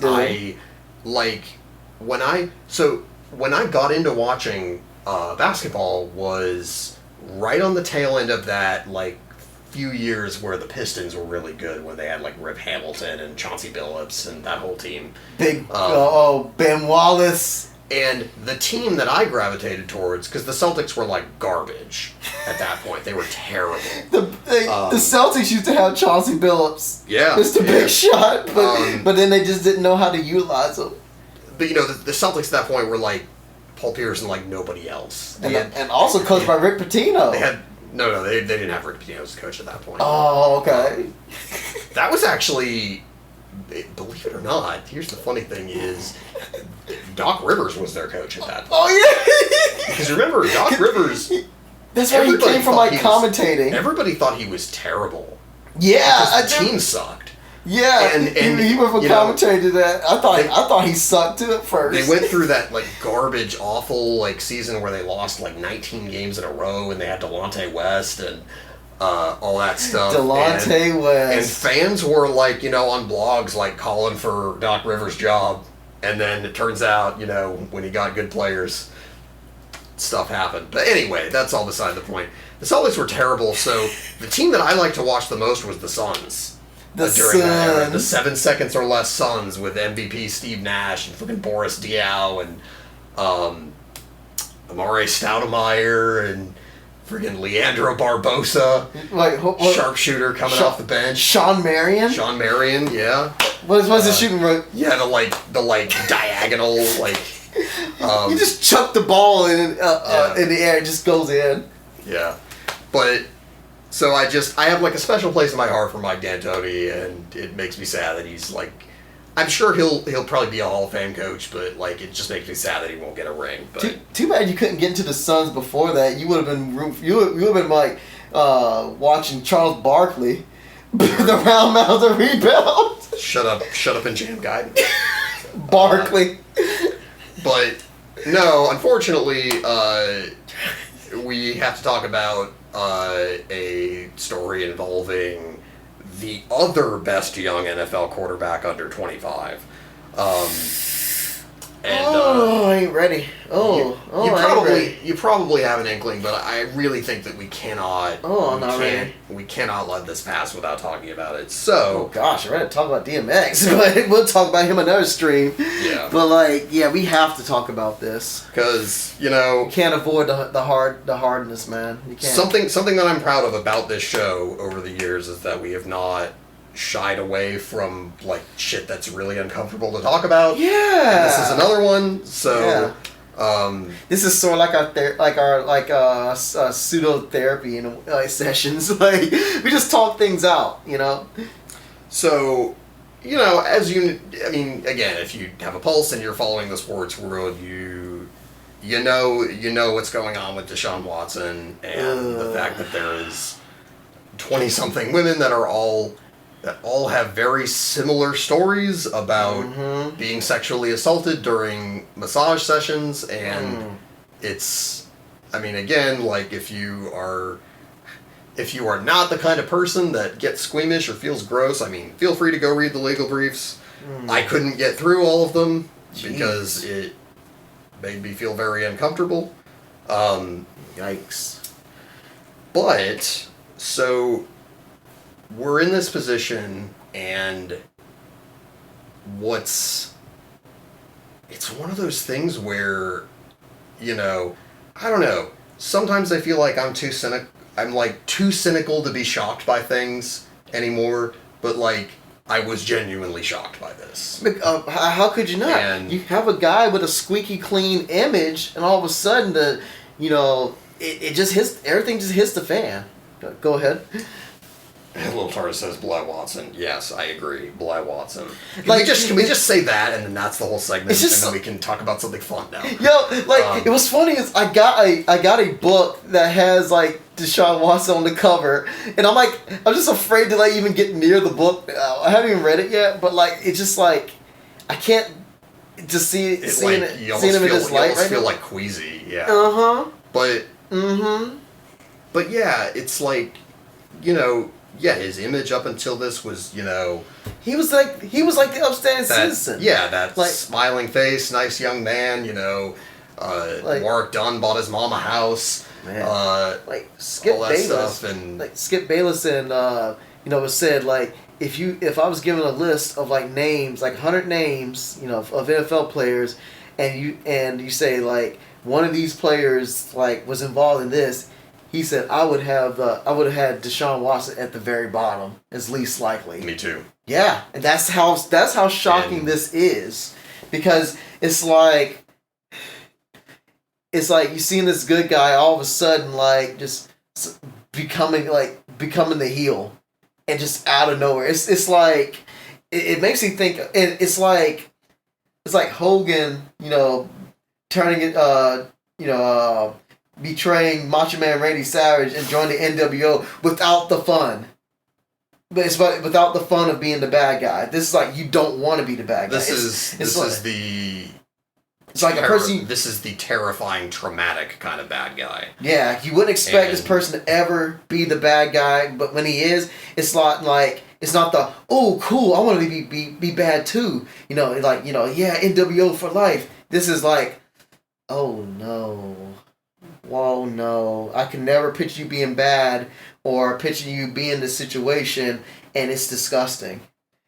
Like, right. And I want to believe he's innocent, but the numbers with the amount of women coming forward, including a couple who put their names and faces to this, it is very hard to like discount this stuff. Like it's harder and harder for me to like believe some form of innocence, because you got that amount of numbers. Like that's not like even if you're like completely innocent, it's not a good look. It looks like you have like a behavioral problem. Right, and it's really hard to imagine. And again, we're like talking about this like he's guilty, and it hasn't even played out in the court system yet. But it's like, I don't know how you can look at. How can you come back from this though? I don't know how you can look at that and see anything other than like a person with a really, really disturbing pattern of intentional behavior, and that's what. I don't know. I just. Most of us never get into what I would say are like social misunderstandings that would appear to an observer like sexual assault. That doesn't really happen in normal everyday life, for one. But also, even if it did, you probably wouldn't get into that situation 20-something times. Repeatedly. That's the kicker. That's just what we know. Like, if he loved women, like that's fine. But like, as we're talking, off, before the show, like, if he had like 1 to 5 women in his circle, then I guess it would be less intense. Here, it's just. It's hard to like look at the people who are who brought these accusations forward and stuff, and it's hard. It's like it becomes more and more hard to believe, like is this for clout, or are they telling the truth, or what? Like at that point, it's like if each woman is saying a similar story, and this is like 20 times over. And it makes me. It's harder and harder for me to believe that you were, believe that you Deshaun Watson was the victim in this.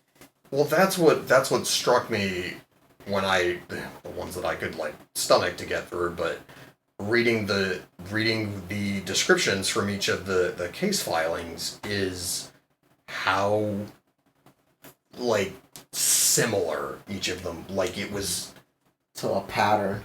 Like a very distinct pattern. So, and when patterns happen, and that's when the trouble really happens, when there's a pattern. And again, like, scores of different people don't just suddenly all decide to make up the same thing at once. You know what I mean? Like, that's not possible. Mm-hmm. So, it's just...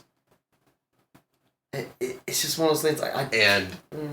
And you know, to top it all off, it's gonna play out very publicly through the court system, and it's gonna get ugly.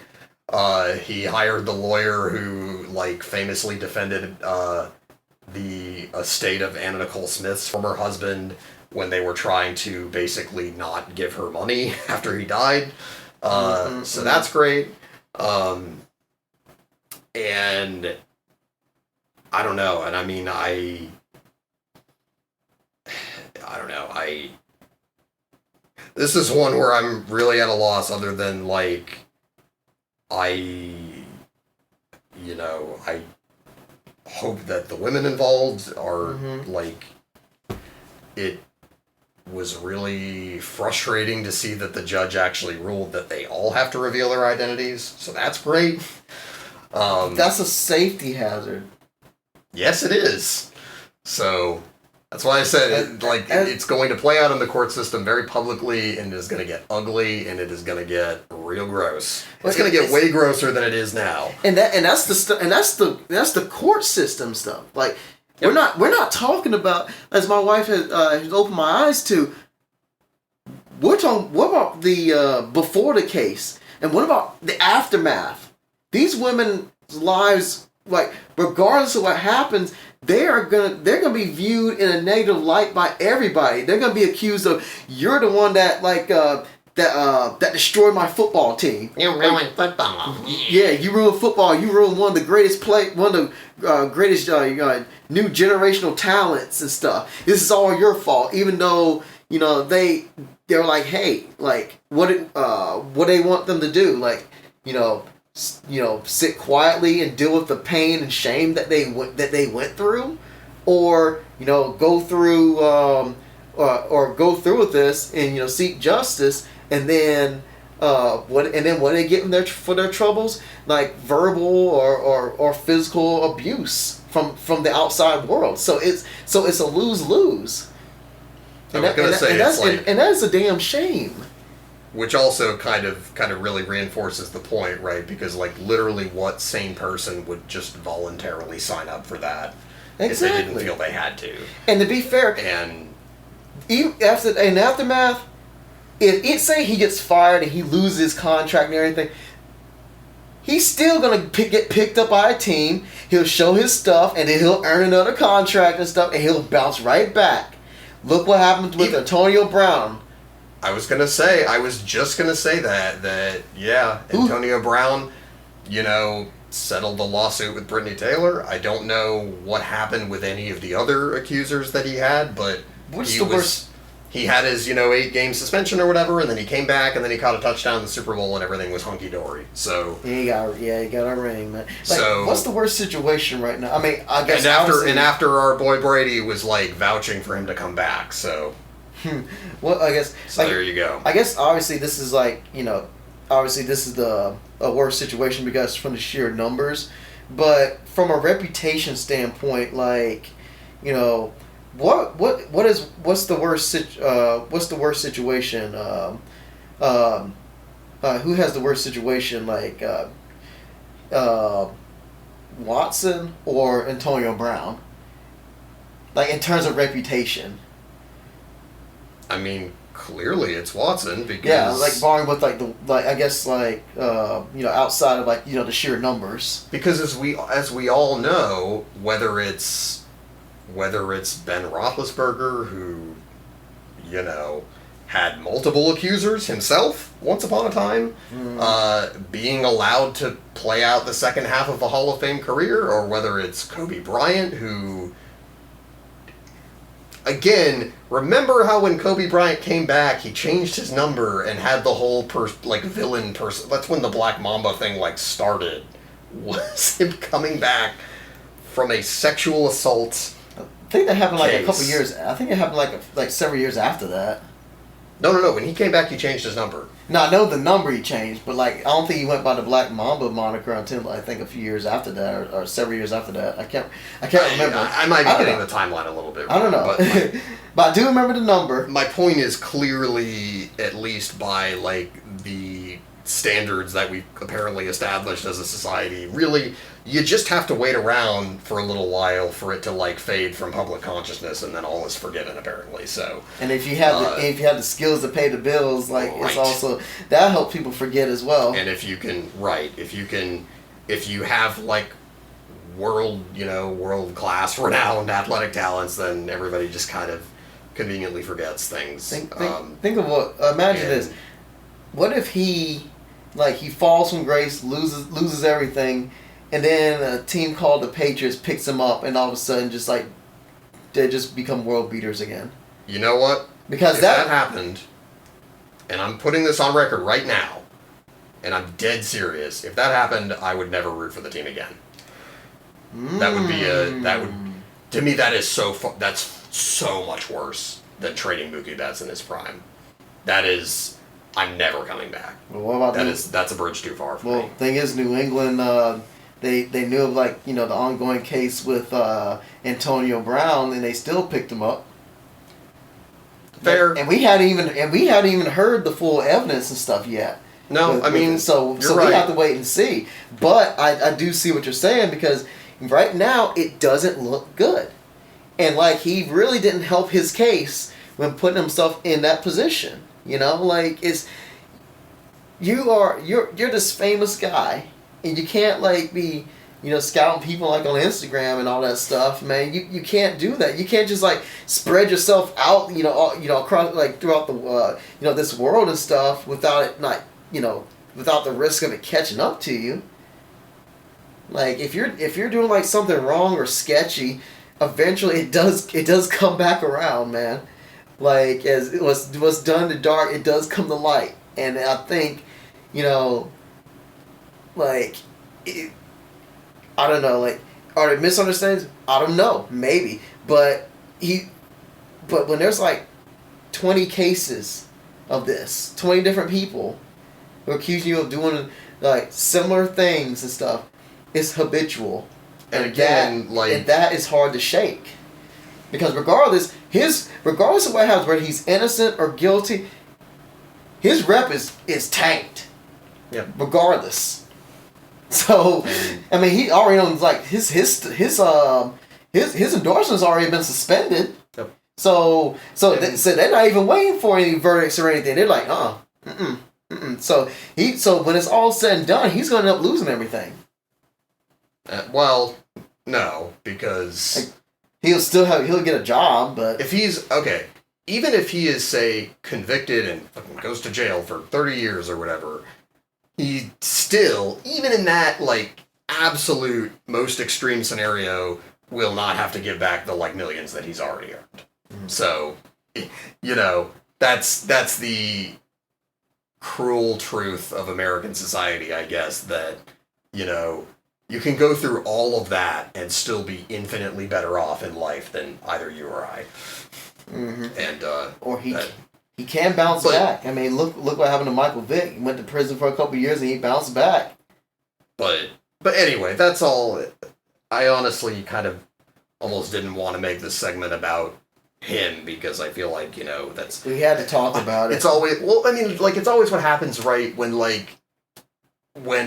there's a story like this about a powerful man, the story becomes how it affects the powerful man and his reputation or career, and you know what I mean? And it's Are we talking about Tony Montana? Well, but you know what I mean? That becomes the story instead of and it the actual victims become almost ancillary to the process. And it's until that person gets their comeuppance. And it's the Wait, did you say the process? I did say the process. Trust the process, Sam Hinkie. But no, and I just, reading some of those stories, and like in some cases, some of the women like literally like gave up and like stopped being in the business because they were so skeeved out by that. And I don't know. There's no humor to be had here. There's not a happy ending for this segment. It's just not. And I realize now that was a super poor choice of words. You're good. But like, it's just a shitty thing, and my hot take is that people shouldn't be sexual predators. Yeah. You just gotta be responsible, man, with like what you do, and like be careful in how you treat people, man. Because if you're doing wrong, it does come back. It really isn't. It just comes back. And again, oh god, it really isn't hard to just like be a normal fucking person. Again, you and I go out into the world, right? We had no choice though, because our minds aren't warped with money, like more money that we could ever imagine having. But there's plenty of people with money who aren't like repeat sexual offenders, right? There are people even who have tremendous positions of like privilege and power in life who don't become shitty monsters. You know what I mean? Like, it really isn't that hard to like go to just like, again, like be a normal person and just exist in the world and like interact with people and treat them anyway. And it's not saying that like the Deshaun Watson that we grew to know isn't that Deshaun Watson. There's just skeletons in his closet. Like, he's still Deshaun Watson. It's just now, like, I don't want to see him as a predator yet until like hearing more stuff, but it's also hard not to not think about that. Like, I'm in the middle. Like, I want to wait and see, but either way, I'm like disappointed in him because he put himself in such a sticky situation with being involved with all these people and stuff, and having these similar encounters or actions that are being described. Like, that's signs of like some kind of behavior problems, or maybe an addiction. I don't know. Like, but yeah, he's a good guy, because you never saw you never saw him being this terrible human being. Like, I could totally see that with like, I could totally understand, like, you look at like, because there's a difference. You look at Antonio Brown, like, yeah, I could totally see him doing that easy. Like, especially with all the strings of bad behavior he had off the field and stuff. You never heard that, like, about Deshaun Watson. I'm sure he's still an upstanding citizen, stand-up guy, but he's still human, and you make missteps, and you make mistakes like that, and sometimes big ones. So I also wonder, and this is really super beside the point, but people are just gonna wonder who's the real Deshaun Watson. What I wonder is if there's, and we may never know, but I kind of wonder if there's some people around Clemson who are real nervous right now because they know some things that they shouldn't, or that they maybe should have done something about. So, but you think it goes that far? I don't know. I mean, there are lots of people around Urban Meyer's program in Florida who knew some stuff about Aaron Hernandez, and who just kind of were like, make him pray with Tim Tebow and that'll fix it. I mean, I guess it worked for a little bit, and then they went their separate ways. So, but I don't know. Anyways, yikes. I don't, and that's just the final point to wrap this up. It's funny how, and I really struggled through all of this because, like, I think, and you could see it playing out in real time after Kobe passed away last year, where literally nobody knew how to talk about the sexual assault case, because it's like you know, there's all this cultural stigma about, well, you shouldn't disparage the dead and stuff, but then it's like, but you really can't talk about him without talking about that, but you know what I mean? And so it's like, and everybody just took the easy way out and was like, a complicated man, and, you know, it's like, we have this thing where we mince words a lot when maybe we shouldn't. Because I think maybe part of pushing back against how prevalent this is in culture, which I think is the real thing that like is still now incredibly common, and you know, it is, I think, like, you know, naming it and saying it out loud, and not, you know, it's complicated, it's adversity, it's, you know what I mean? No, it's sexual assault. Dang. Anyways, yeah, so that was a super uplifting segment for our wonderful show. Woo, boy. Oh my G. So, what else? What else should we cover before we get on out of here? I think we should maybe let's do a detox. Put me on a spot, man. Okay. Well, here, I'll start. No, I'm good. I think I've actually been mowing some stuff in my head, but yeah, you can go ahead. Okay, go ahead. No, hit me. If you... Actually, I'm curious what you're gonna start with.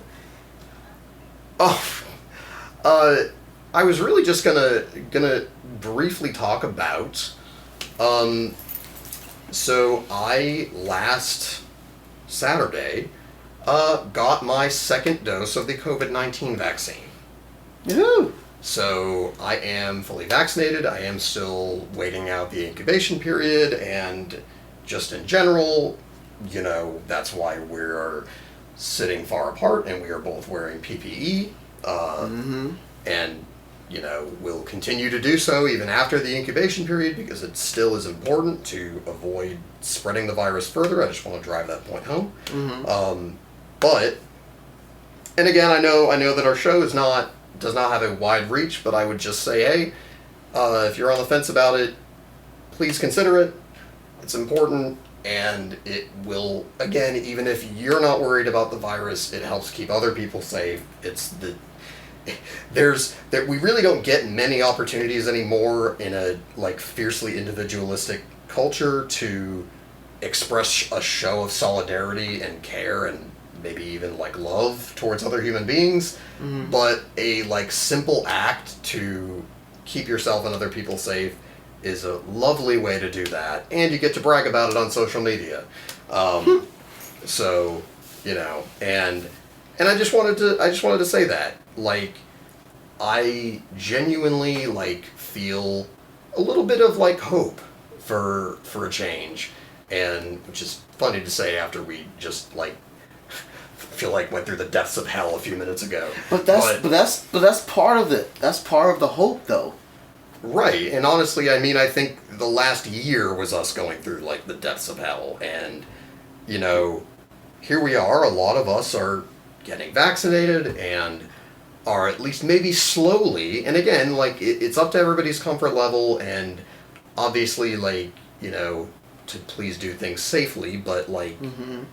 You know, like, people are, like, slowly getting back to doing things again and sort of getting back to, I don't want to say living normal lives, because I don't like the idea of, like, oh, we're just going to go back to the way things were before. Oh, it never are. But it's going to be the new normal.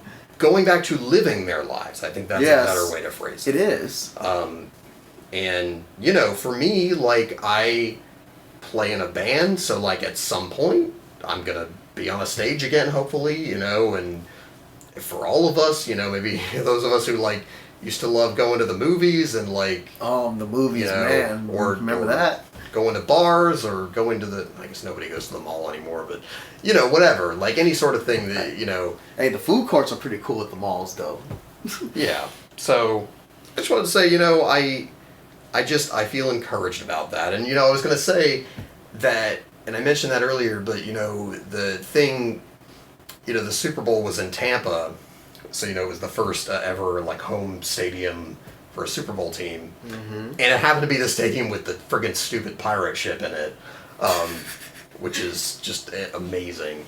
But too bad they didn't use it though, because they wanted to make it as neutral as possible. But they panned around the stadium, and I was like, fuck, there's a lot of people there, and the funny thing is, then it was like later in the broadcast they mentioned, oh yeah, this is it's 9,000 vaccinated healthcare workers, and this was in like early February before most people had their shots, and I got a little choked up because I was just like, oh my goodness, it's like they get to like do things, it's great, oh my goodness. So it's a good thing, and here's to all of us like getting back to the business of living. Yeah.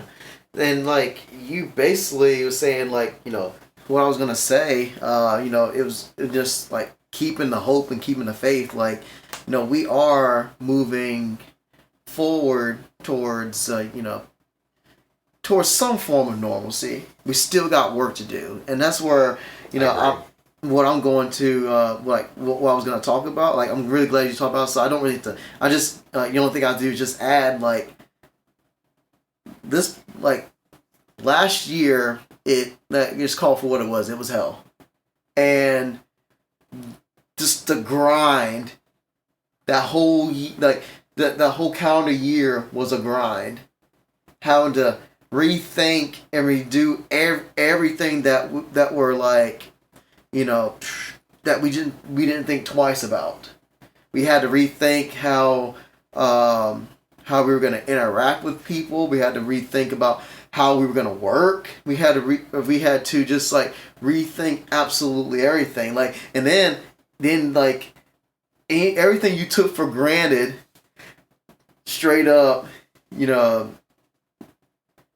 was just straight up like became just difficult. Like, especially like, whether it was like not being able to see people or, item shortages, it was hard to get paper towels and toilet paper. And a market that's even being affected now, like, the electronics. Like the shipping industry and stuff. Like, remember for the longest time, I remember at one point, Amazon at one point they couldn't do like the 2-day shipping because they had the important items, they had other items at higher priority. So that 2-day shipping that they pride themselves in had to take a bit of a back seat. Yep. So that was something that we took for granted for, like computer stuff. Like especially it's being impacted now. Well, I guess it's more also because of the chip shortage as well. But because of COVID-19, a lot of people staying home. Like, I remember guys like Review Tech USA and other people were talking about this when the pandemic hit, forcing everybody to stay at home. Everybody wanted. It was so funny. Everybody Switches and PlayStation 5, Series X's computers. Like one funny one, office chairs. There was like a period of time where you couldn't buy an office chair anywhere because literally everybody who was working from home was like, shit, I need to not be sitting on like a fucking wooden dining room chair. Well, when everybody. So go ahead. No, that was my point. But like when everybody is sent home all at once, and all of a sudden there's this high demand for stuff like more than your supply, that's what happens. Yep. Like Go ahead. Sorry, I keep interrupting you. No, you go ahead. Like no, Lil Tardis said not being able to see anyone was hard. Yeah, and I will tell you, like, there was like instances as well, like also just like taking precautions and stuff where, you feel like I guess trying to stay away from family and stuff, especially if there was like a risk or something.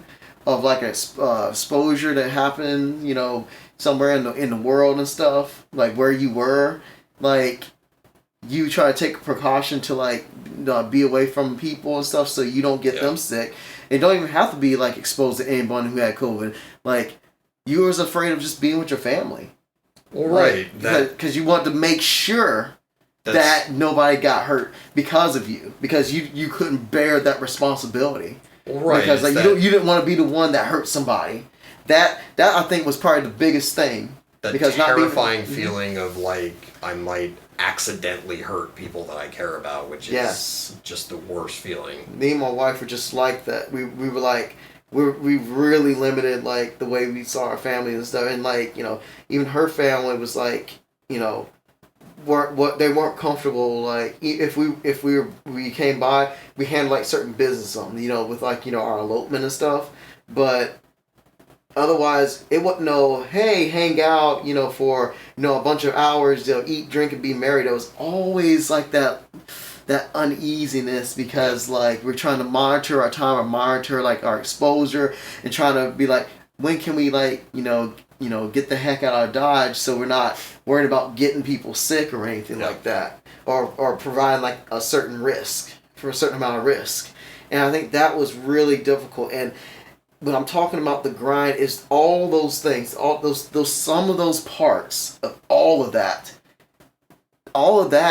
It took its toll on me. Took its toll on my wife. Took its toll on like our friend circle and everybody that and everybody that we knew of, and you could see it in the world. So like when you see like little things like, you know it still make you feel cringe a little bit when you see like big crowds and stuff like that.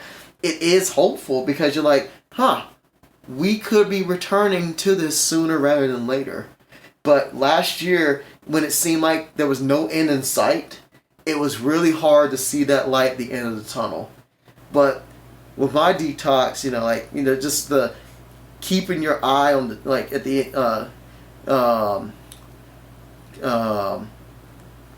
keeping your eye on the light at the end of the tunnel, because it's there.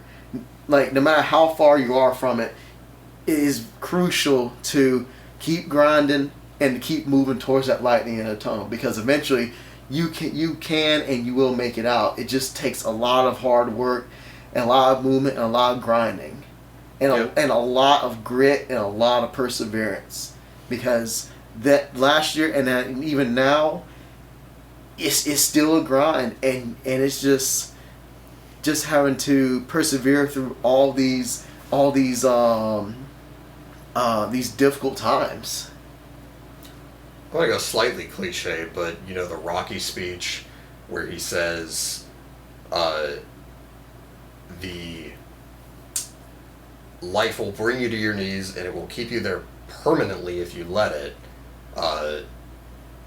Nothing will hit as hard as life.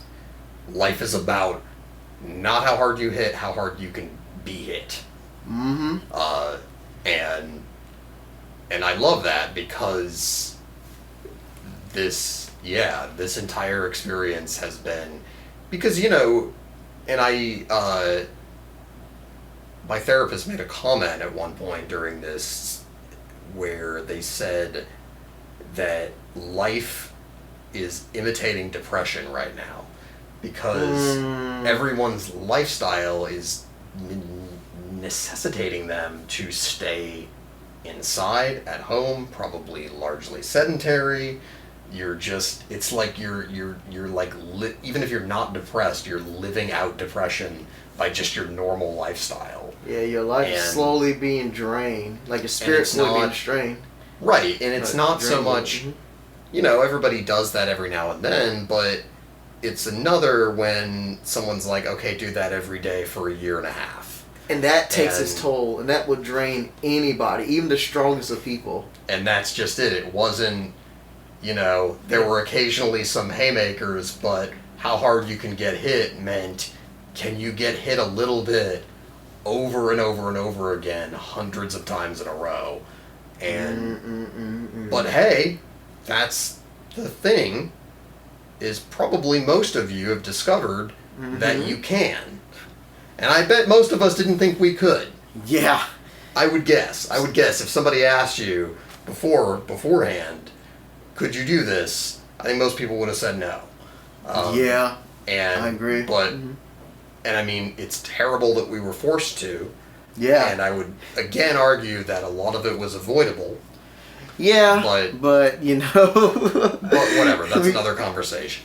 I think of this one quote too. From Mike Tyson, like.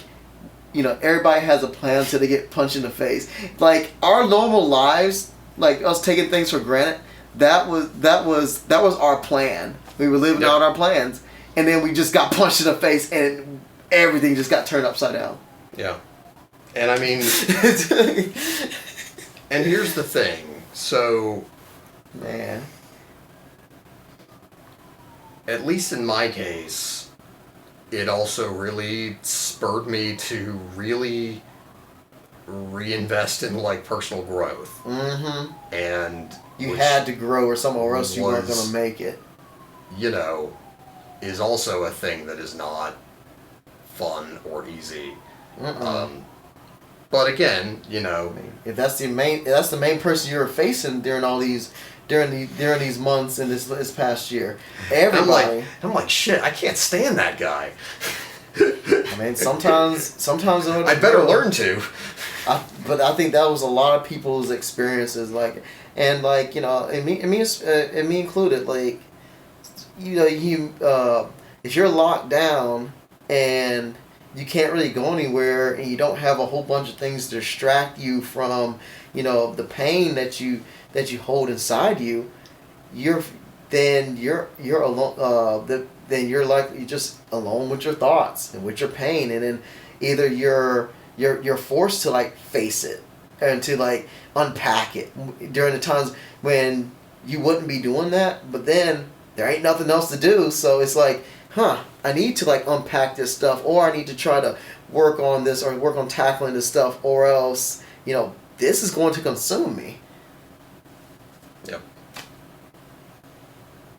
But like, it's just the grind. Like, it's amazing that we came this far. Yep. And I'm just saying for everyone just to keep that grit, keep that perseverance, because we can and we will make it. We just have to keep growing, because like I consider ourselves lucky, because like we could have been like one of the families mourning the loss of someone to the complications of COVID-19, or been one of those people who lost their lives, and or been those people who have went through the sickness but came out of it. I guess they come out with a new perspective, or they came out and then still feeling like the residual effects of it, possibly permanent side effects. Yes, which is honestly the thing that scared the crap out of me the most. I really don't want to have severe tinnitus for the rest of my life. No, thank you. I literally I use my ears every day for like everything that matters to me. So, if you lost your hearing, would you end up losing like your purpose to live? Because I know music is like your life. Knowing that one of the greatest musicians of all time was deaf, I'd probably be like, all right, cool, a challenge. But again, this. It would devastate me, absolutely. But like, I would also probably be a stubborn asshole and not give up on making music. But the thing is, though, this was a challenge. This was the biggest challenge we ever been through in our lives. And this wasn't just like your life, my life, and it was like everybody our city, going through it all state, at the same time. Yeah, the nation. It was It was worldwide. And we're pressing through it. Yeah. Like how how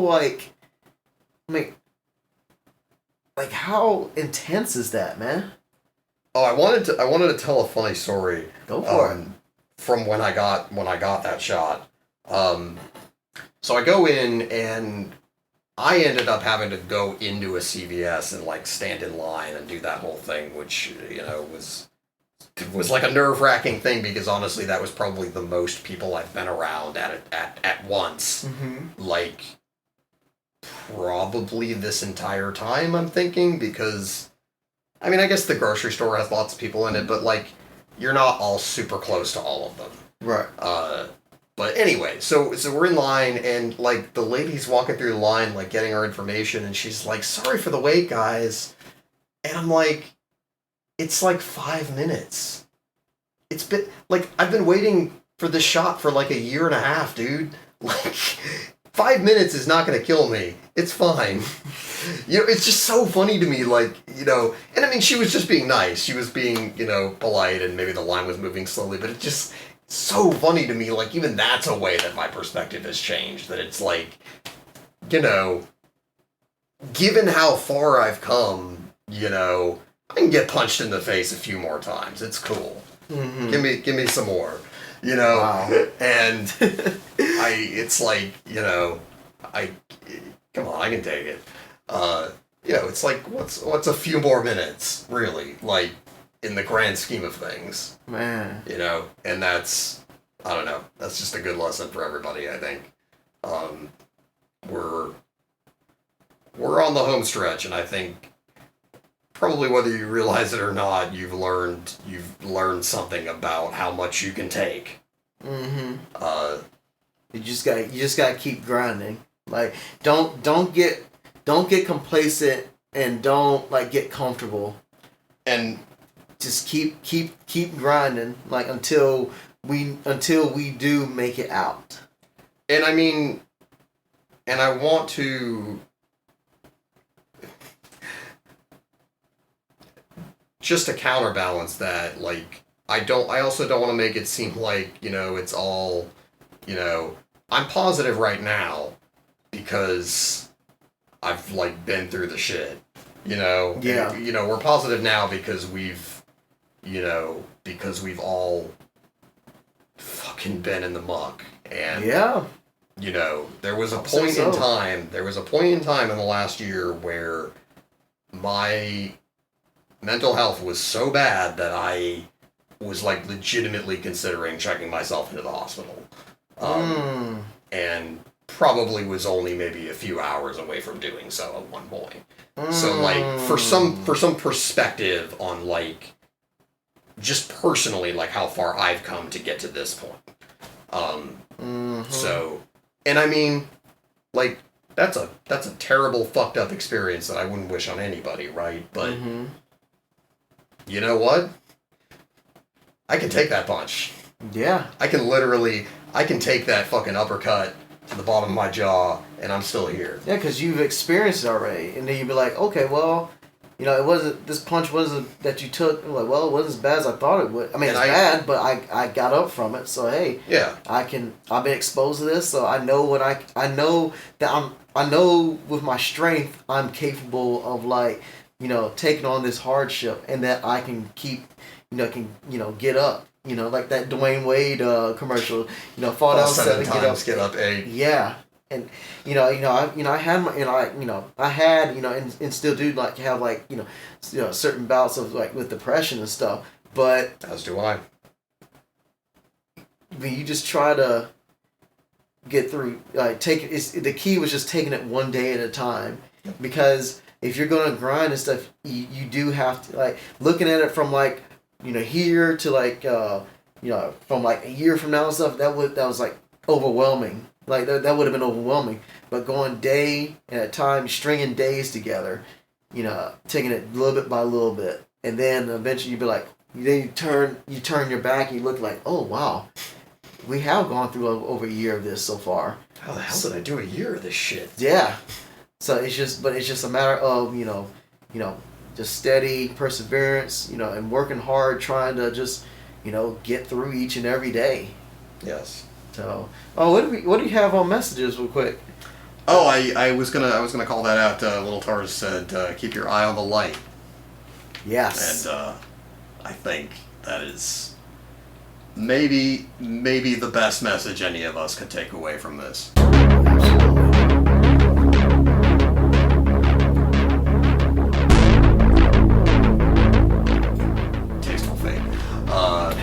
Yeah, so we're gonna wrap it.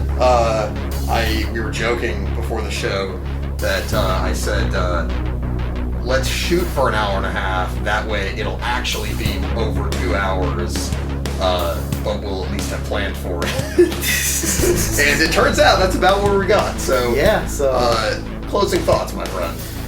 Well, I mean, honestly, my closing thoughts is this was like honestly, I was not sure how this was gonna work out. Me either, honestly. Like the setup, and then like honestly, like part of it was me having a kitty in my lap, so reducing my mobility.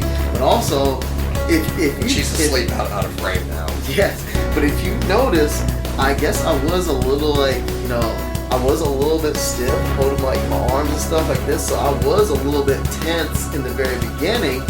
But then once we started this thing, it's just like it just felt like home again. Like, okay, except this time we're sharing. This is the show, dude. Yeah, we're sharing this. This time we're sharing it live to people, and I was just like, it just adds like it adds an extra depth to it. Yeah. Because now it seems like it's more people can get to know us more personally. Yeah. Or no, it's more intimate. Like, hey, you see, we putting faces to the voices, and that right there, I think is really cool. Yeah.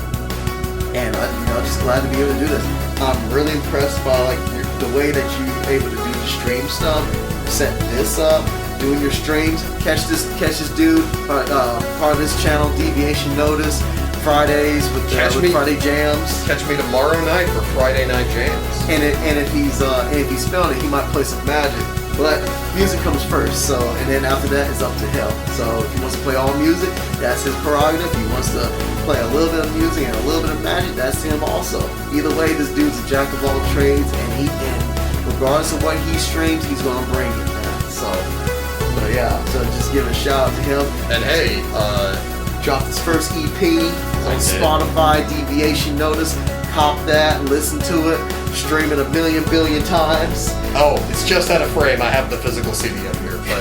But I was gonna say, this is live on my channel, but my friend D here also has his own Twitch channel. He streams under Moroku1617. Yeah, when I stream like very intermittently, but the fact is, I do have a channel. I'm gonna try to stream a little bit more these days and stuff. It's just like I can't really I like to primarily stream video games, but I hardly have the time to play them. So and so when I do have the time, I more do like some Zen gaming, off camera stuff, but I will try to make sure that I stream for you guys again, because I love streaming. It's very entertaining. I like having like a personal channel where I can just like control the content and stuff and just be there and interact with you guys, and it's great. So yeah, Moroku1617. Also, if y'all want, for those who are new here, our episodes are on Spotify, on Apple Podcasts, like Dan versus D.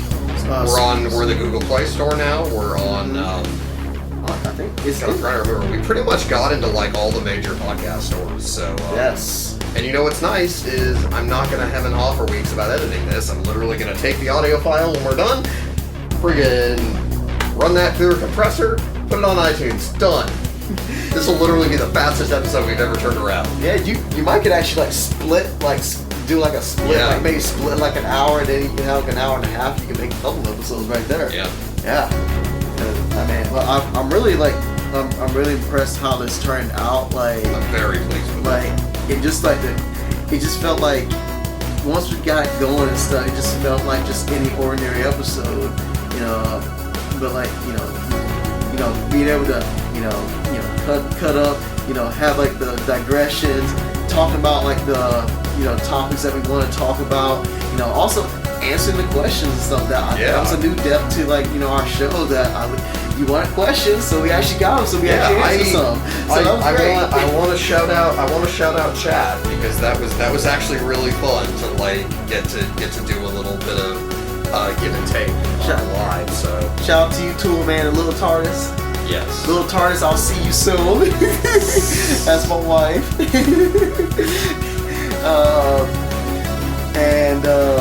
I don't know.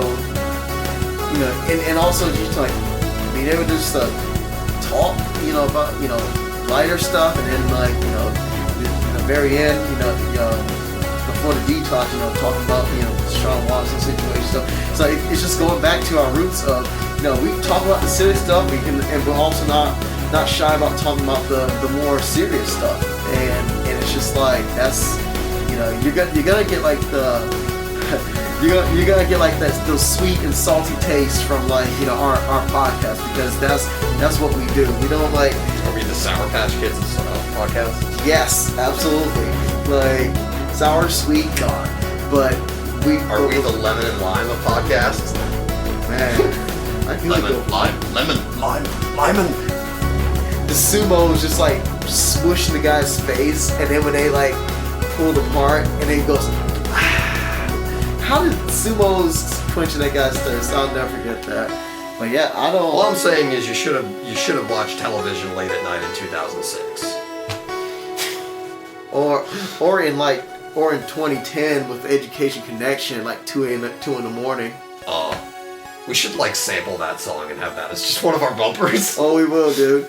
We should like get the actress that did that. Oh my god. Yeah, that's what I know we've made it. We can get like that actress, like from the Education Connection commercial. Oh my god. But yeah, but I don't. But thanks everyone for y'all tuning in, and you know, this has been a blast. You got anything else to add? No, it's been really fun. I appreciate it. We'll hopefully be back sooner rather than later. For real. Especially, I think, now having seen how like actually easy this was. So that'll be fun. Other than that, I suppose I really only have one thing left to say, which is that I wish I could just hug you all, but I'm not gonna. But someday he will, and hopefully those moments is sooner rather than later. It's true. Someday we will hug each other again. And it's going to be glorious. Yeah, I'm a bear hugger, so I'm gonna be out there cracking ribs. Shout out to Bobby Roode. But thank you all so much for listening. Yeah. We are gonna say peace. Have a good one, everybody. Take care.